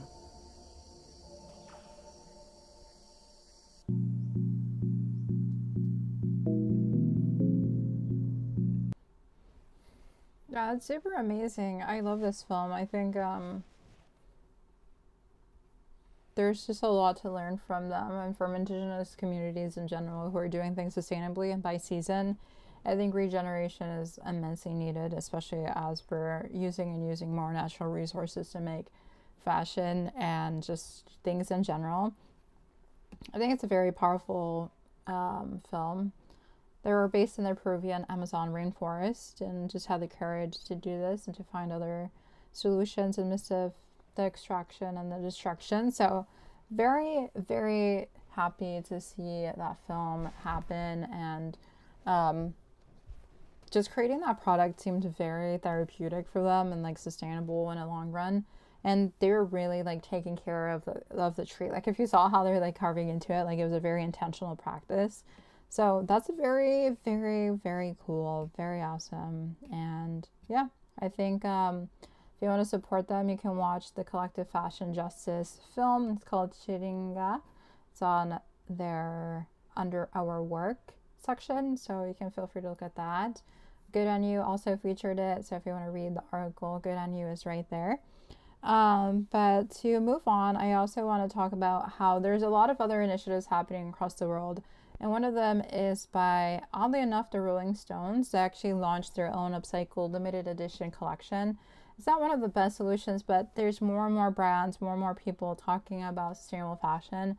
And the Rolling Stones just did this, I guess, collaboration with the lifestyle brand RS number 9 Carnaby, which is driven by Universal Music Group's merchandising and brand management, Bravado.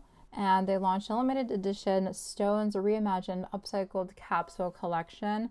So this collection will feature 3 exclusive pieces, each crafted from dead stock, originating from the band's 2020-60 tour range. The apparel will basically breathe new life into iconic graphics. Will include 2 panel tees, a unisex and cropped version that is going to be priced around €60, and then a long sleeve t-shirt at €70. And basically the aim is to give Stone fans the opportunity to own pieces of rock history while also embracing eco-friendly approaches to clothing. So yeah, the t-shirts were made by Bravado, and they were made by Fashion Enter, which is an award-winning social enterprise who is dedicated to ethical garment manufacturing and sustainable practices within the fashion industry. Love to see that. I love to see it. Love that energy. So the capsule collection we have created, they explain, was something truly special, combining iconic designs and commitment to sustainable practices. So they think that the Rolling Stone fans will appreciate the storytelling and conscious approach behind these unique pieces. So there you go. And they'll be available in store at RS number 9, Carnaby store in London, and also on the website, RS number 9 website. So there you go. There you go. More solutions. People are actually thinking about stuff, making, you know, capsule collections happen that their fans may resonate with. So love to see this. This is super cool. I love rock and roll. I love music. So I love when sustainable fashion and music just like merge together, you know, literally creating rock history right there with sustainability. So love to see it. And then another thing that I want to talk about is how Bill Gates has a daughter, and she's 22 years old, and she's basically a nepo baby, obviously, but she has this venture in sustainable fashion, but it's a fashion tech business. And I've heard of this business before, but I didn't realize that it was led by a literal nepo baby, to be exact, the daughter of Bill Gates. But basically, this is like a sustainable shopping website called FIA. I've been following the other co-founder for a long while, and I had no idea. But yeah, this is a company that I'm well aware of and saw that they've been doing for a couple of years now, or for a while. I've been following them on social media. But yeah, it's basically what they say is like a new way to shop online. So yeah, they explain that it is going to be just a way to provide more solutions to sustainable fashion. But I don't know, can we have a real sustainable fashion solution by nepo babies? That's like the question. I'm just very, very hesitant about supporting nepo baby projects, but they say it's a new way to shop. They haven't explained how. They don't really get into detail, but we can watch one of their videos.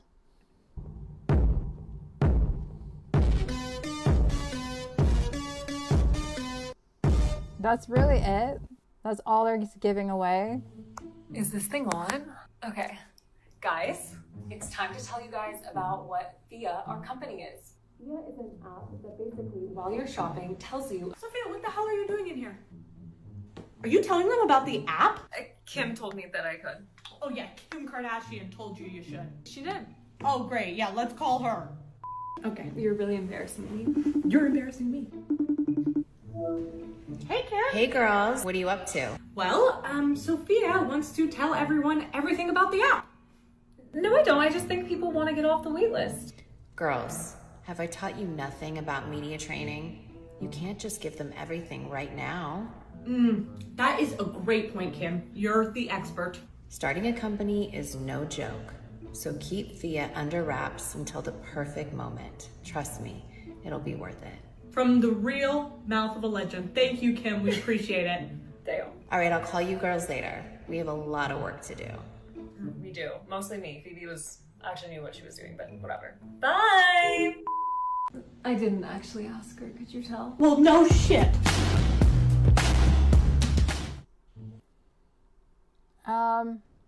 So we don't really know what's happening, but they basically say it's a solution to sustainable fashion, and they're like trying to figure out like the tech. I've been seeing that they've been hiring like coders and like software developers of sorts. So maybe it's just where sustainable fashion brands can feature their stuff on a website. They're like the middleman, basically. Like they're the marketplace online, an online marketplace.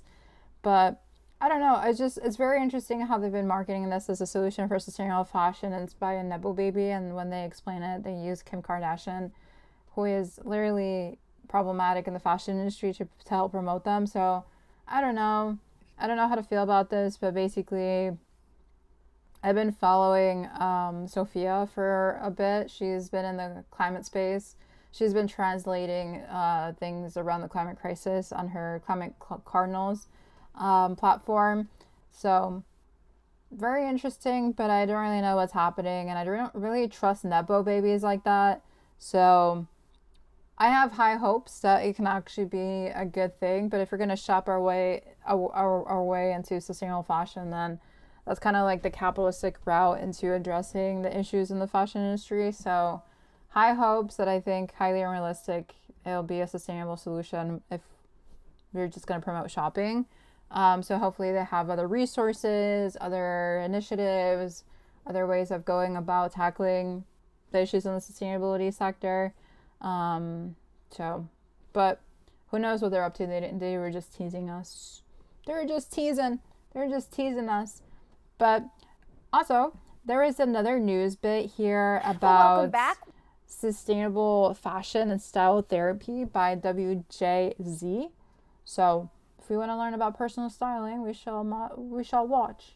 We need to watch. What you wear, your style, can say a lot about you. It can also be a way to embrace your individuality. And if you're having trouble doing so, we have a woman here to help you. That's right. Stylist, therapist Sam Smith is here to help you, to kind of get you there, to kind of open up your horizons and look at vintage in a whole new world. Absolutely. Oh, thanks for being here. It's my pleasure. Thank you for having me. I feel like for a good minute now, yeah, vintage, secondhand clothing, pre-loved clothing is really resurging and making a comeback. I mean, it needs to. In this climate where we have to take care of ourselves and the earth, I think it's important to look at what has been and maybe just reimagine what it could look like in terms of our outfits. Yeah. You said something about how this was such a natural transition from the plants. Yes. It's like because it's all like just kind of natural. It's just like it's reviving, giving re-life. Absolutely. It's important. We have a, just a responsibility individually. We can take those strides to just try to make better choices.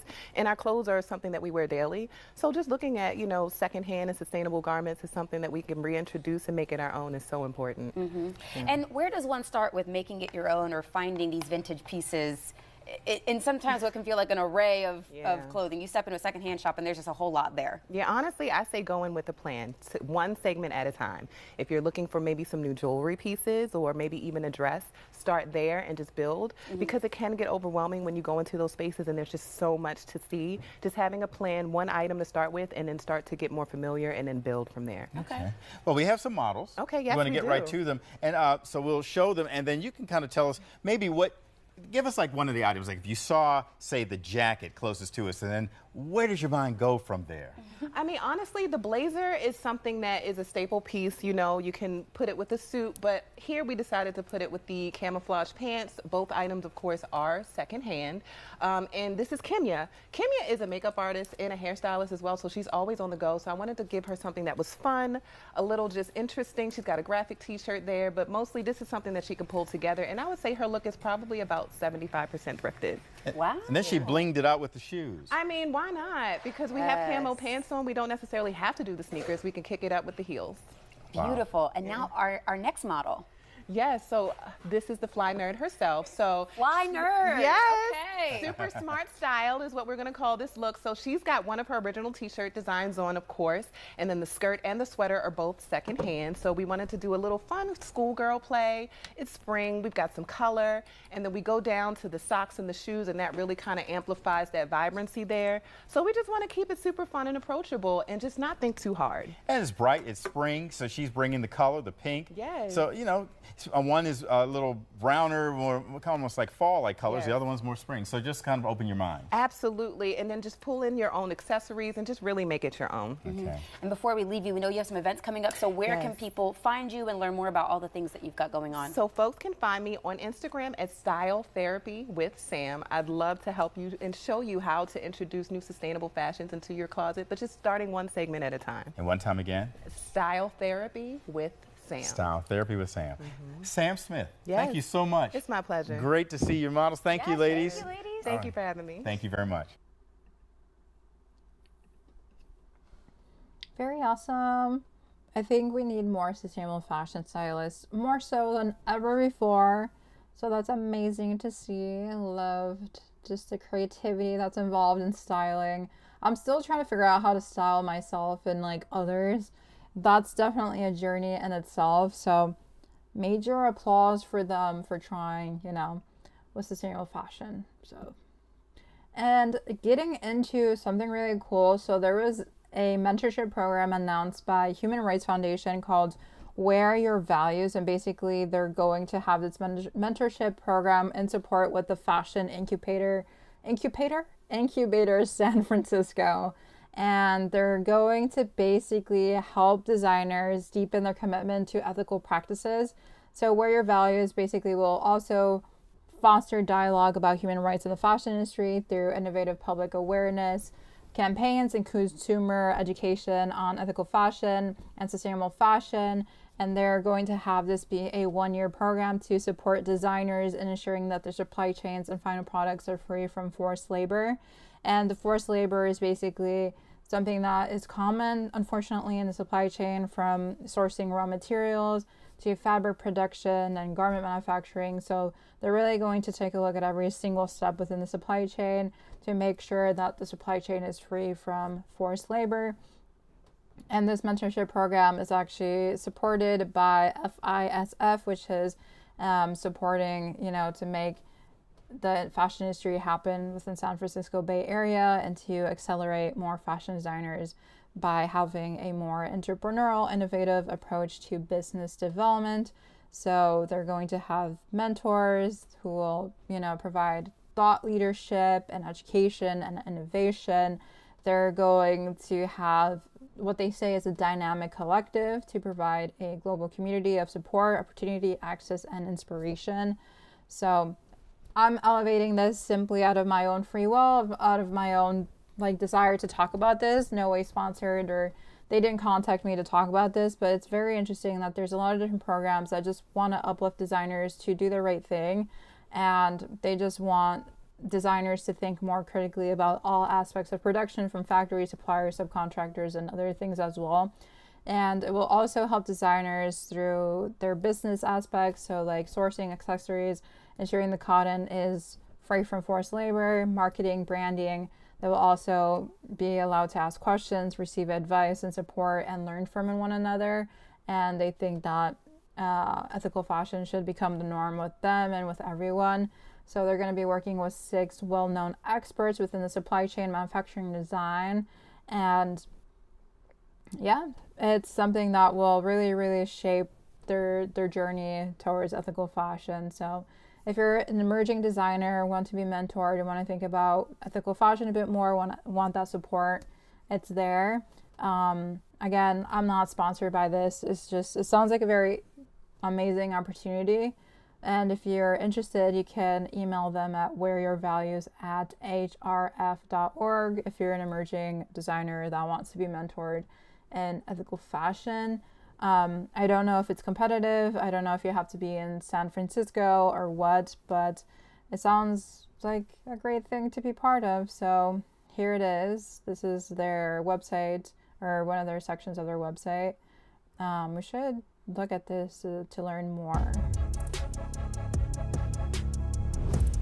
Fashion means so many different things for different people. Whether or not you're interested in fashion, all of us are wearing clothes. Fast fashion is not cheap. Someone else is paying the price.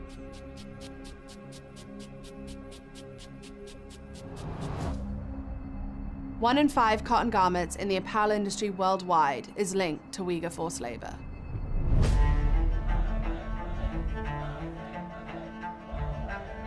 Right now, the Chinese Communist Party is committing genocide against the Uyghur people.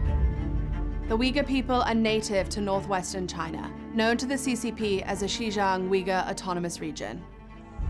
Uyghurs are Muslim, have their own language, their own culture, and their own identity distinct from the Han Chinese. The CCP wants to erase the Uyghur identity. Since 2017, in a systematic effort to dehumanize and eventually eliminate the Uyghur population, the CCP has arbitrarily detained more than 1 million Uyghurs and other Turkic minorities. The CCP has forced the Uyghurs into concentration camps where they are regularly subjected to human rights abuses like inhumane treatment, sexual and gender-based violence, forced sterilization, mass surveillance, and torture. The Human Rights Foundation's Wear Your Values program raises awareness of the fashion industry's complicity in human rights abuses worldwide. Through innovative advocacy campaigns and educational exhibits, Wear Your Values aims to promote transparency in global supply chains and highlight the hidden social costs of the fashion industry. Discounted Lives is an installation that aims to raise awareness about Uyghur forced labor. The installation displays 2 racks of identical white t-shirts. One made in China, priced at $4.99, and the other made in a democracy, priced at $44.99. The receipts show the reasons behind the discounts, as well as portraits of Uyghurs detained in the camps. Discounted Lives urges consumers to think twice about their purchases and demands transparency from brands. To close out New York Fashion Week, HRF projected our Discounted Lives campaign on 3 iconic buildings in New York City: the Hyatt Tower, the New Museum, and the Brooklyn Bridge. Onlookers were urged to consider the human costs of their discounted t-shirts. The faces of arbitrarily detained Uyghurs stared back at them, serving as a reminder of the individuals forced to make the very clothes that they were wearing.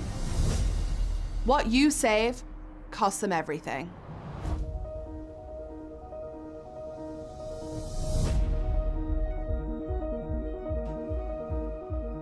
We decided to host a fashion show here in the Oslo Freedom Forum. It's a beautiful way to use art and fashion to talk about a very important issue. The Chinese government's repressive policies, those strategies that they implemented in the region, had to be enabled by the forced labor practices. Without forced labor, the Chinese government cannot continue such behavior. I'm just a single person that on my own force I cannot release over 1 million people, but with everyone together, we may actually be able to push China to release millions of Uyghur people who have been having their rights taken away from them. Together, we make actions, and together we make changes. It is not enough to live by your values. You must wear them too. Join us in keeping Uyghur forced labor out of your shopping cart. Download HRF's award-winning Uyghur forced labor checker.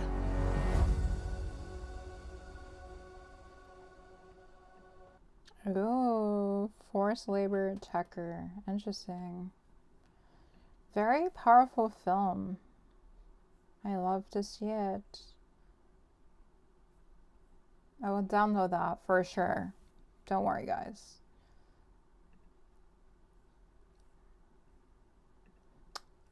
Very powerful to see. So, yes, Wear Your Values is something I'm super excited to look into a bit more and support further. They mentioned that they had a fashion show to basically showcase their values in clothing. And this was done with Vogue Scandinavia, and Louis Zine basically showcased her dresses. Yeah, so changing the world one dress at a time. Very powerful. Very cool. So that is definitely something I'm totally going to back. Again, not sponsored. I've never talked to them. I'm just learning about this right now. But it seems like a great initiative, especially because there's a lot of forced labor in China. And we often want to villainize China. I know Trump has been trying to villainize China and try to compete with them or something. But they're amazing. They're doing great work here. So watch out for Wear Your Values mentorship program. So saw the post here and I was like, okay, we gotta look into this. And it's in collaboration again with the Fashion Incubator of San Francisco. So there's a lot more questions of how you're eligible and stuff like that. But if you're interested, hrf.org will probably give you more clarification. There's a download button. What am I downloading here? Oh gosh. No item available, so I downloaded nothing. But yeah, here it is. Here's this. So very awesome to see. There's a lot of things happening in sustainable fashion. It's just we have to continue to look for it and touch on these things, or else we're just going to believe that nothing is happening. And one of the things that I want to touch on today is that there's a lot of sustainable fashion laws that have emerged within the course of a lot of years and a lot of months of efforts. And one of the things that I really admire is when people just compile things and give a broad view picture of what's actually going on. So for some reason, JD Supra decided to compile this basic, you can call it, basic rundown of legislation and compliance requirements that have happened in 2025 for sustainable fashion laws. Basically, it says in recent years, in response to increased consumer interest, federal and state government officials have taken action to propose and adopt laws and regulations directed at promoting consumer transparency and encouraging sustainable and environmentally conscious fashion purchasing decisions. So, at the federal level, there's been the Voluntary Sustainable Apparel Labeling Act, which was reintroduced in Congress on February 12, 2025. So this bill would basically seek to direct the U.S. Environmental Protection Agency, EPA, that's basically going extinct under Trump, to establish a voluntary sustainable apparel labeling program that would allow manufacturers and sellers of apparel products to have their products approved by the EPA. And if approved, display verified sustainability labels on their apparel products containing information about their carbon footprint and environmental effects. This would be voluntary, basically, so it's a voluntary label that brands could have the chance of putting to explain more about their environmental impact. I personally don't think it should be voluntary. I think it should be forced, but that's just me, because I know that brands literally do not want to do anything with their damn life except get money. So that's just my bias. But the article continues to say that there are other state legislation that's focused on promoting environmental accountability and sustainability in the fashion industry, which seeks to reduce the environmental impact of fashion, limiting, PFAs in textiles and apparel products, and to encourage the reduction of plastic packaging and financing recycling infrastructures. So one of those federal efforts, again, is the February 12th introduction of the Voluntary Sustainable Apparel Labeling Act. Again, it'd be a voluntary thing that the apparel brand or seller would submit to the EPA, and then it basically act as like a sustainability label, and it would be verified by the EPA and stuff like that, but highly unlikely to be effective in my eyes if the EPA is slowly dying under Trump administration, and if brands are just going to do it voluntarily, then we should always be wary of what they're self-reporting, because sometimes they just want to make themselves be better or seen better than what they're actually doing. And then there's also state action around sustainable fashion laws, and California has been a major power player. In 2024, they passed the Responsible Textile Recovery Act of 2024 that basically established a statewide extended producer responsibility program to reduce the amount of post-consumer apparel and textiles that are diverted to landfills, and basically promote the reuse, repair, and recycling into secondary products. So in 2025, California will also introduce the Fashion Environmental Accountability Act of 2025 that will require sellers of apparel to establish a baseline for the GHG emissions, set reduction targets, and report their compliance with these targets. So that's major. They have to report on their emissions.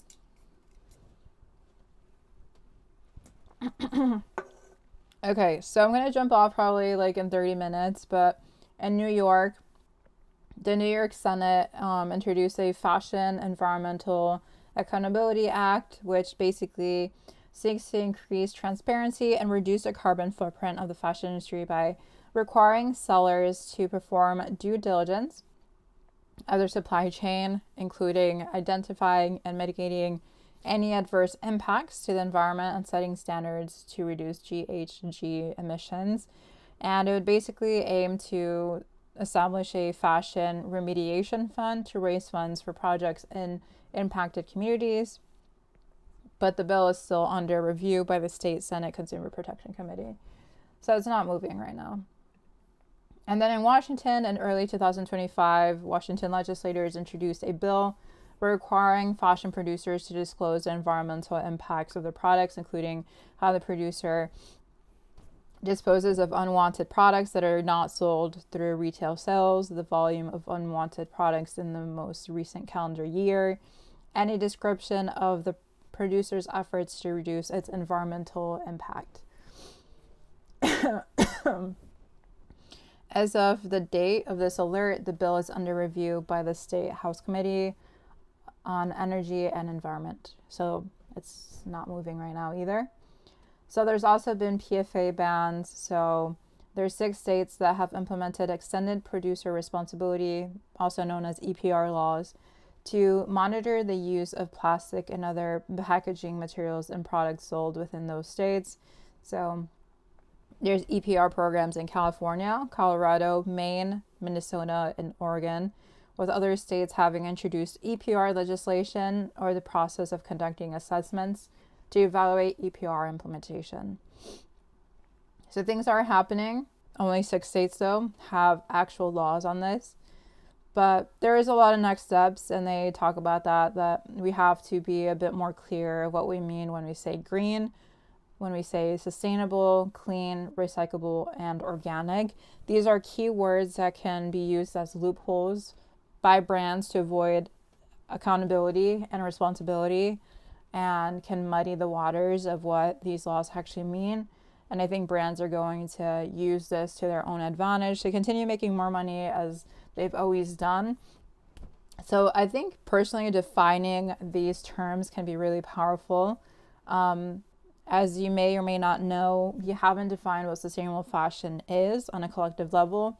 We all define it differently. A lot of activists focus on different things. A lot of organizations explain it to be one thing, and then someone else says it's another thing. So I think having more universal, definitions of what a green business is, or what sustainable means, or what quote unquote clean means in a business format when we're talking about like EPR and regulations can be really helpful.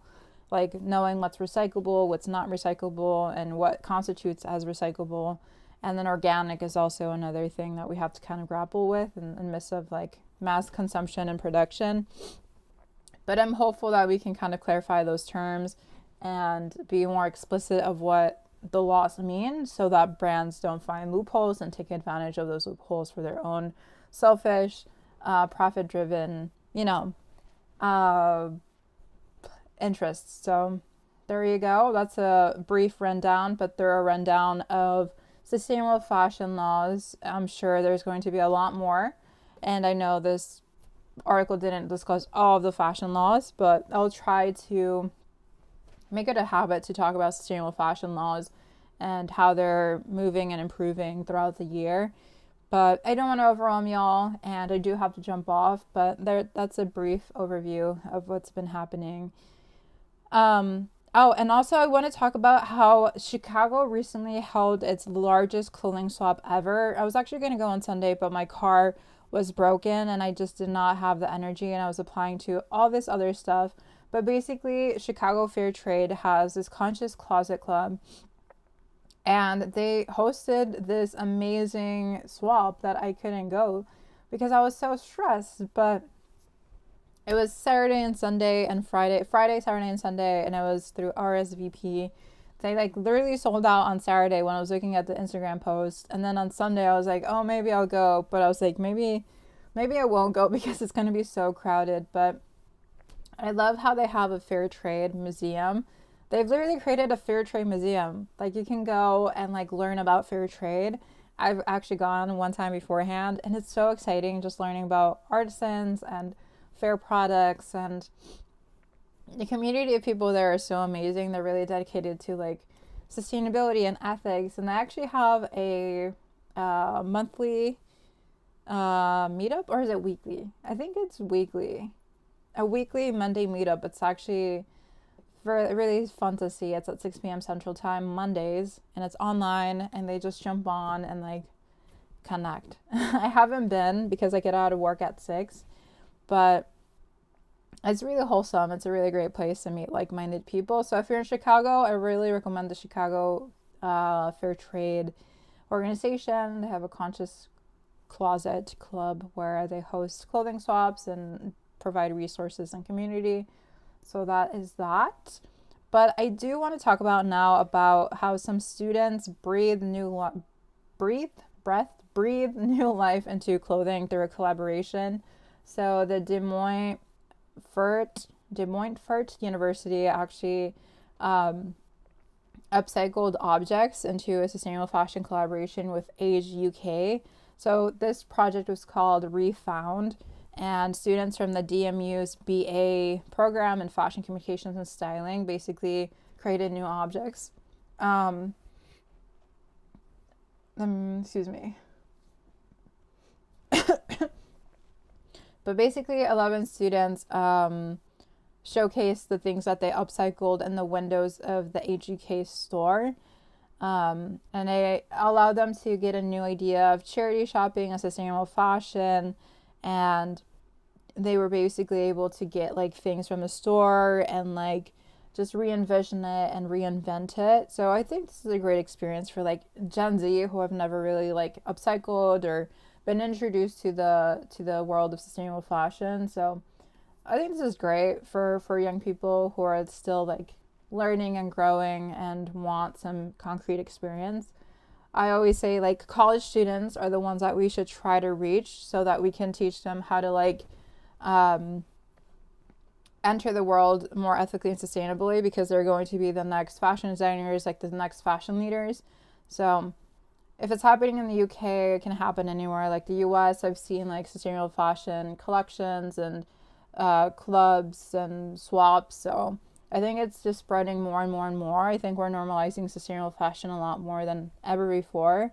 So just want to highlight like students are learning and they're trying and there's partnerships happening and it's an exciting time. And there's just a lot of opportunity for people to grow their sustainable fashion. And yeah, there's also another thing that I want to showcase, that there's a San Francisco Fashion Community Week happening. I didn't know San Francisco had a community week, a fashion community week, which is crazy because I'm all about this, but they essentially focused on sustainability and inclusivity. And it was founded by a lady called Sharon, who is a marketing and fashion expert. And she is connected to like French design, but she has been doing this now for 10 years. And she wants to amplify the voices of minority and emerging designers from underrepresented countries and to promote more sustainable practices. So she's doing this in San Francisco for now. But yeah, she says that the goal of the Fashion Community Week in San Francisco is to like have an intersection of like sustainable and emerging fashion in San Francisco. So that's really nice. I am really excited where she's going to take this. But for 10 years, she's been doing this. I've never heard of this. It's really exciting. I'm not going to read the entire article. I'm so over reading articles right now. But I wonder if there is a YouTube video. But the article does explain that this Community Fashion Week is like a launching pad for emerging designers. And in March 2022, what? 22. In March 22nd, one-of-a-kind fashion show brought 8 designers to the spotlight.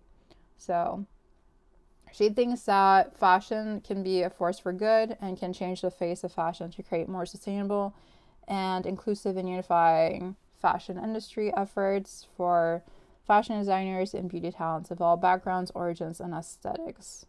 So there you go. I actually really want to go to this. If I could go to this, I would. The San Francisco Fashion Community Week. That's the thing. Like, if I don't sit down and look at this, I'm assuming that there's nothing happening and no one cares and there's no sustainable action. But there is a lot of people that care. There's so many people that care.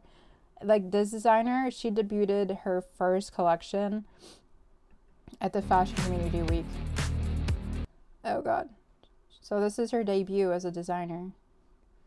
I'm not gonna put the music because I always get copyrighted. I would sing, but I can't sing. It's not a good thing.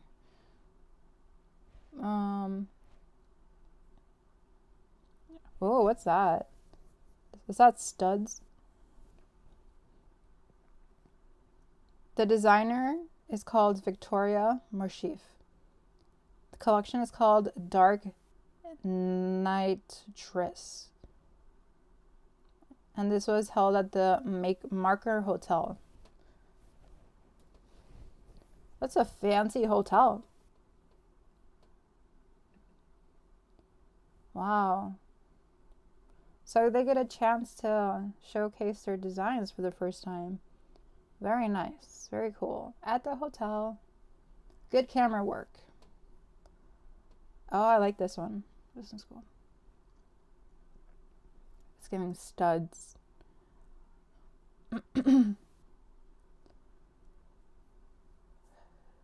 Very cool. Very nice. I like the lighting. That's really nice. Okay. Well, there you go. There's Community Fashion Week. So I kind of want to do that now. I want to host a Community Fashion Week. But yeah, I'm gonna move on, but it's really great to see that there's more efforts to make fashion inclusive and to give like emerging designers obviously a chance to showcase their work.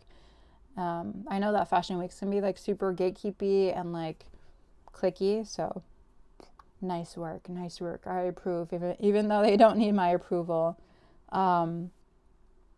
So I think in terms of time, I do want to move on to talk about the global and national mass protests that have been happening across the nation.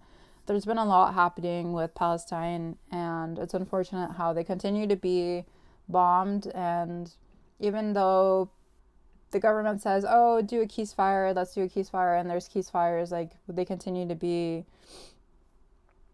killed and tortured, and it's really unfortunate, and it's a very scary time, and it's not right what's happening. And so a lot of people as well feel the same as me, and they've been trying to make a statement for things to end, like the bombing and the violence to end, and to show solidarity for Palestine. So let's watch this. Capital in solidarity with Palestinians in Gaza. It comes ahead of a visit from Israeli Prime Minister Benjamin Netanyahu on Monday.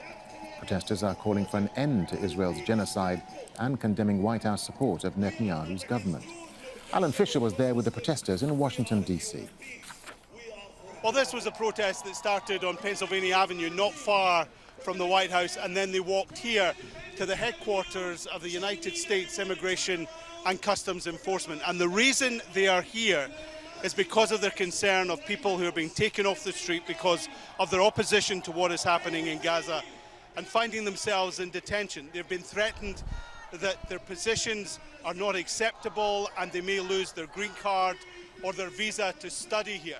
There's an example of one Iranian student who wrote an editorial in the college newspaper and found herself being bundled into a van by plainclothes police officers and now is being held in detention. A lot of these cases are going through the judicial system, but there's clearly widespread concern that First Amendment protections, the right to free speech, are not being applied. They should be here. Now at the rally on Pennsylvania Avenue earlier, we had speakers express their frustration that the war in Gaza was still going and that the US was not doing more to bring an end to the fighting and the suffering.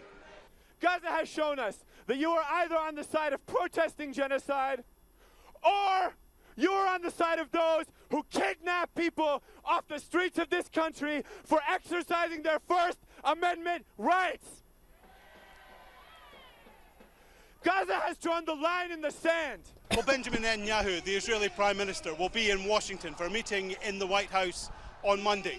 He's going to talk tariffs with Donald Trump, but he'll also be talking about the war in Gaza. And we know that Donald Trump has effectively given the green light to anything the Israelis want to do. And he's warned people that if there wasn't peace, then there would be hell to pay. But many people here believe that the US continued support for Israel is also continuing the war in Gaza. But given Donald Trump's position in the past, they don't think that anything is going to change. Alan Fisher, Al Jazeera, in Washington. Make sure to subscribe to Democracy. Democracy. I wonder if we have it or if it's a theory or a construct to hide behind other ideologies. Who knows anymore? Who knows? What is happening? But if you're watching this live, I do want to be very transparent that I started live streaming because I was very inspired by Hassan Piker. He is a Twitch streamer who talks about politics. He's a political commentator. He's a socialist, a nonviolent socialist, and I agree a lot with his values, and he's been a huge inspiration. And he's basically humanized these very complex topics, and I hope to do the same around ethical fashion, sustainable fashion, around environmentalism. And I still do talk about like social justice stuff, not as much as him, obviously, but I do come from a background of activism and community organizing. I know the importance of being engaged and to take action, and he's just been someone in my ear, quite literally. He streams like 8 hours every day. That basically inspires me to keep going. So if you're ever looking for someone to watch during your free time or throughout the day, I highly recommend Hassan Abi. He's again on Twitch. He's not on YouTube. I stream on YouTube because it helps me keep my videos in one place. And you can watch them later on. That's why I stream on YouTube and not on Twitch. But if you ever are on Twitch, it's a website, it's an app. His name is Hassan Abi. He's very popular. He's like 35,000 people right now. America should offer reparations. And he's talking about like China on the tariffs. So he streams like 8-9 hours. Definitely watch him. He's a very interesting character. He's not like PG-13 like I am. But if you want someone real, raw, honest, talks about politics all the time, that's your man. But that's just like my entry point into live streaming. But we're gonna hear what he said at the Palestine rally. He live streamed his time at the rally, and I didn't hear what he said. I was doing whatever else. But we're just gonna watch this, and then we're gonna watch a fashion show, and that's gonna be the end of the stream. But yeah, this is a great guy. He's a really amazing leader and really knows what he's talking about. So if you want to learn more about politics and what's happening in the world, you should definitely follow him. And again, we get an ad.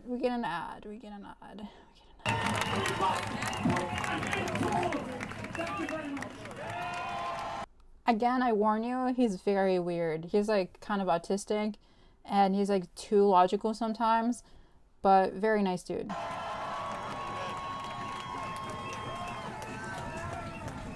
Great speech, man. Thank you. I want you to welcome to the stage next to Sound Partner.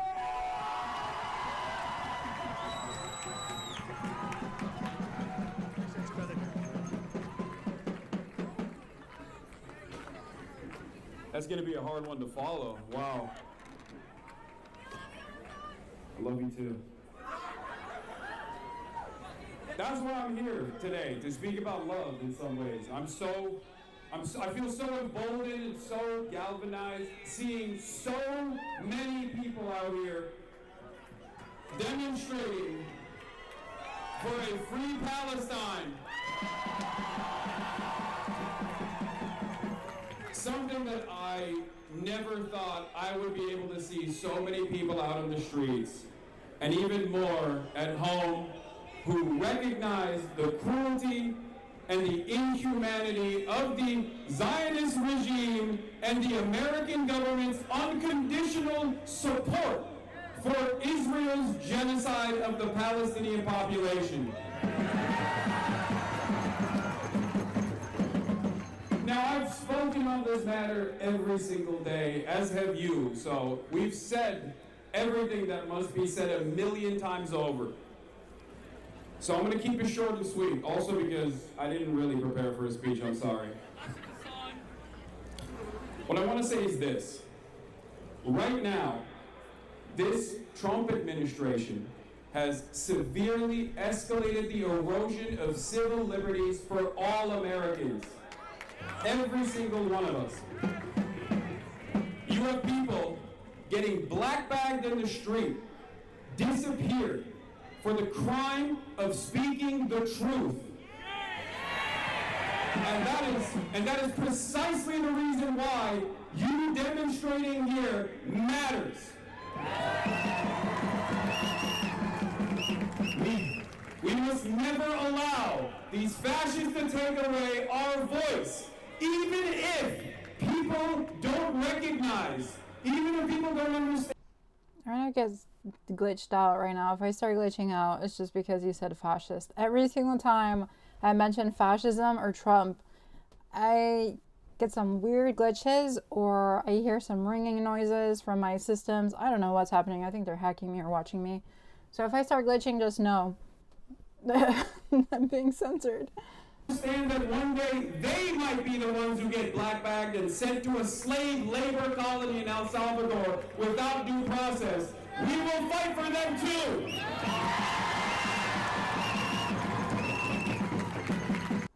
He's just a political commentator, by the way. He's not an activist, so I don't know why he's saying that. But that's just a side note. Because every single person here understands the fundamental truth. None of us are free until all of us are free.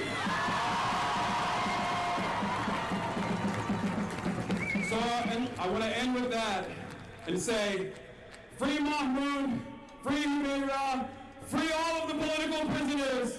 From the river to the sea, Palestine will be free. Your voices will not be silent. He's like really screaming into that mic. He was like really passionate at that moment. God, in my ears though.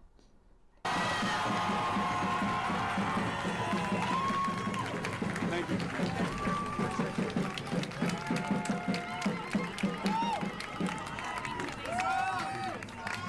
Thank you, Hassan. How are folks feeling? Are we ready to march on ice? All right, we got 2 more speakers, so I want y'all to hold tight. But before I introduce our next speaker, I want to let you all know that we just received an appeal from the Palestinian General. Okay. For the Palestinian Youth Movement. Okay, I think that's enough for today. I think I have a problem sometimes platforming too many privileged people. I don't like to platform Hassan because he already has way too many followers, and I think they put him on a pedestal sometimes for just being a political commentator. I think their real work comes from activism and taking like more direct action versus just talking about the things that are happening in the world. So I have some contention with him personally because he doesn't really organize with anyone. He's not really part of any campaigns. He just is invited to talk. But I just wanted to showcase a streamer that's actively involved in politics, and you can learn a lot about him. And from him, he's obviously always talking about politics. As I mentioned earlier, he's always doing the live streams 24/7, and it keeps me, you know, aware of what's happening. He's honestly press, like a media journalist, but he's no way, shape, or form a community organizer. He's not involved directly in anything. So that's my I guess like criticism of him, but really overall a great guy and has humanized politics for me in a lot of different ways. But I'm not going to give him more time than just, it's not needed. He doesn't really, he's just going to have an interview. I don't know. He's going to speak about his thoughts about everything, but I would love to hear more from her than from him. That's just my personal preference. So that's why I'm going to move on. So we're just gonna look at a fashion show and then close off. The next live stream is going to be this Friday. Yeah, we're gonna talk about more sustainable fashion happenings, environmentalism, social issues, as always. So look forward to that. But for now, let's just watch this fashion show and survive the week because things are gonna get more expensive. I think I'm going to keep it the tradition to watch the Vivienne Westwood shows from the past. I think we watched the 1997 one last time. Let's do, I don't know, which one should we do? 1993 came up first, so we can watch that one. I don't know, just random. Just a random one. Oh, that one looks scary. What the heck is that? Let's do this.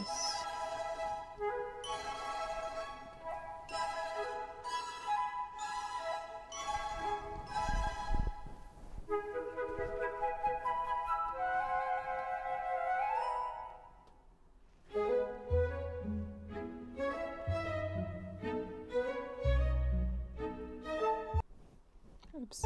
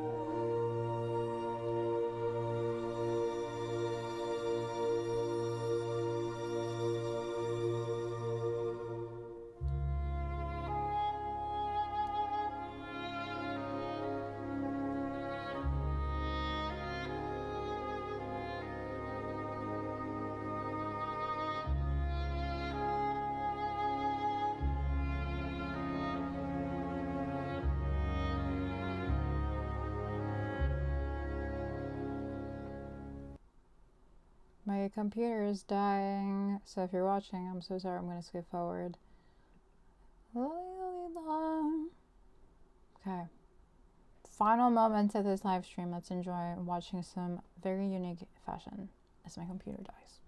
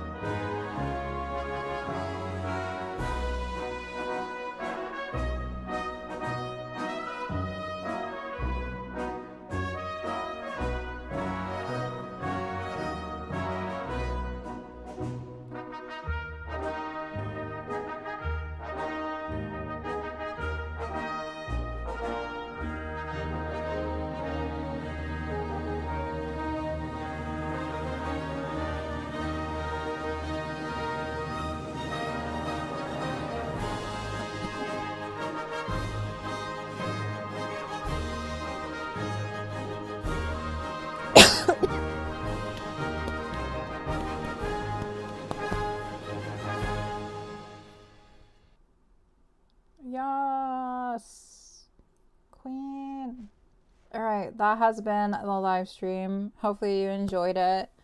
I'll see you Friday. And as always, peace and love. Ellie. Bye.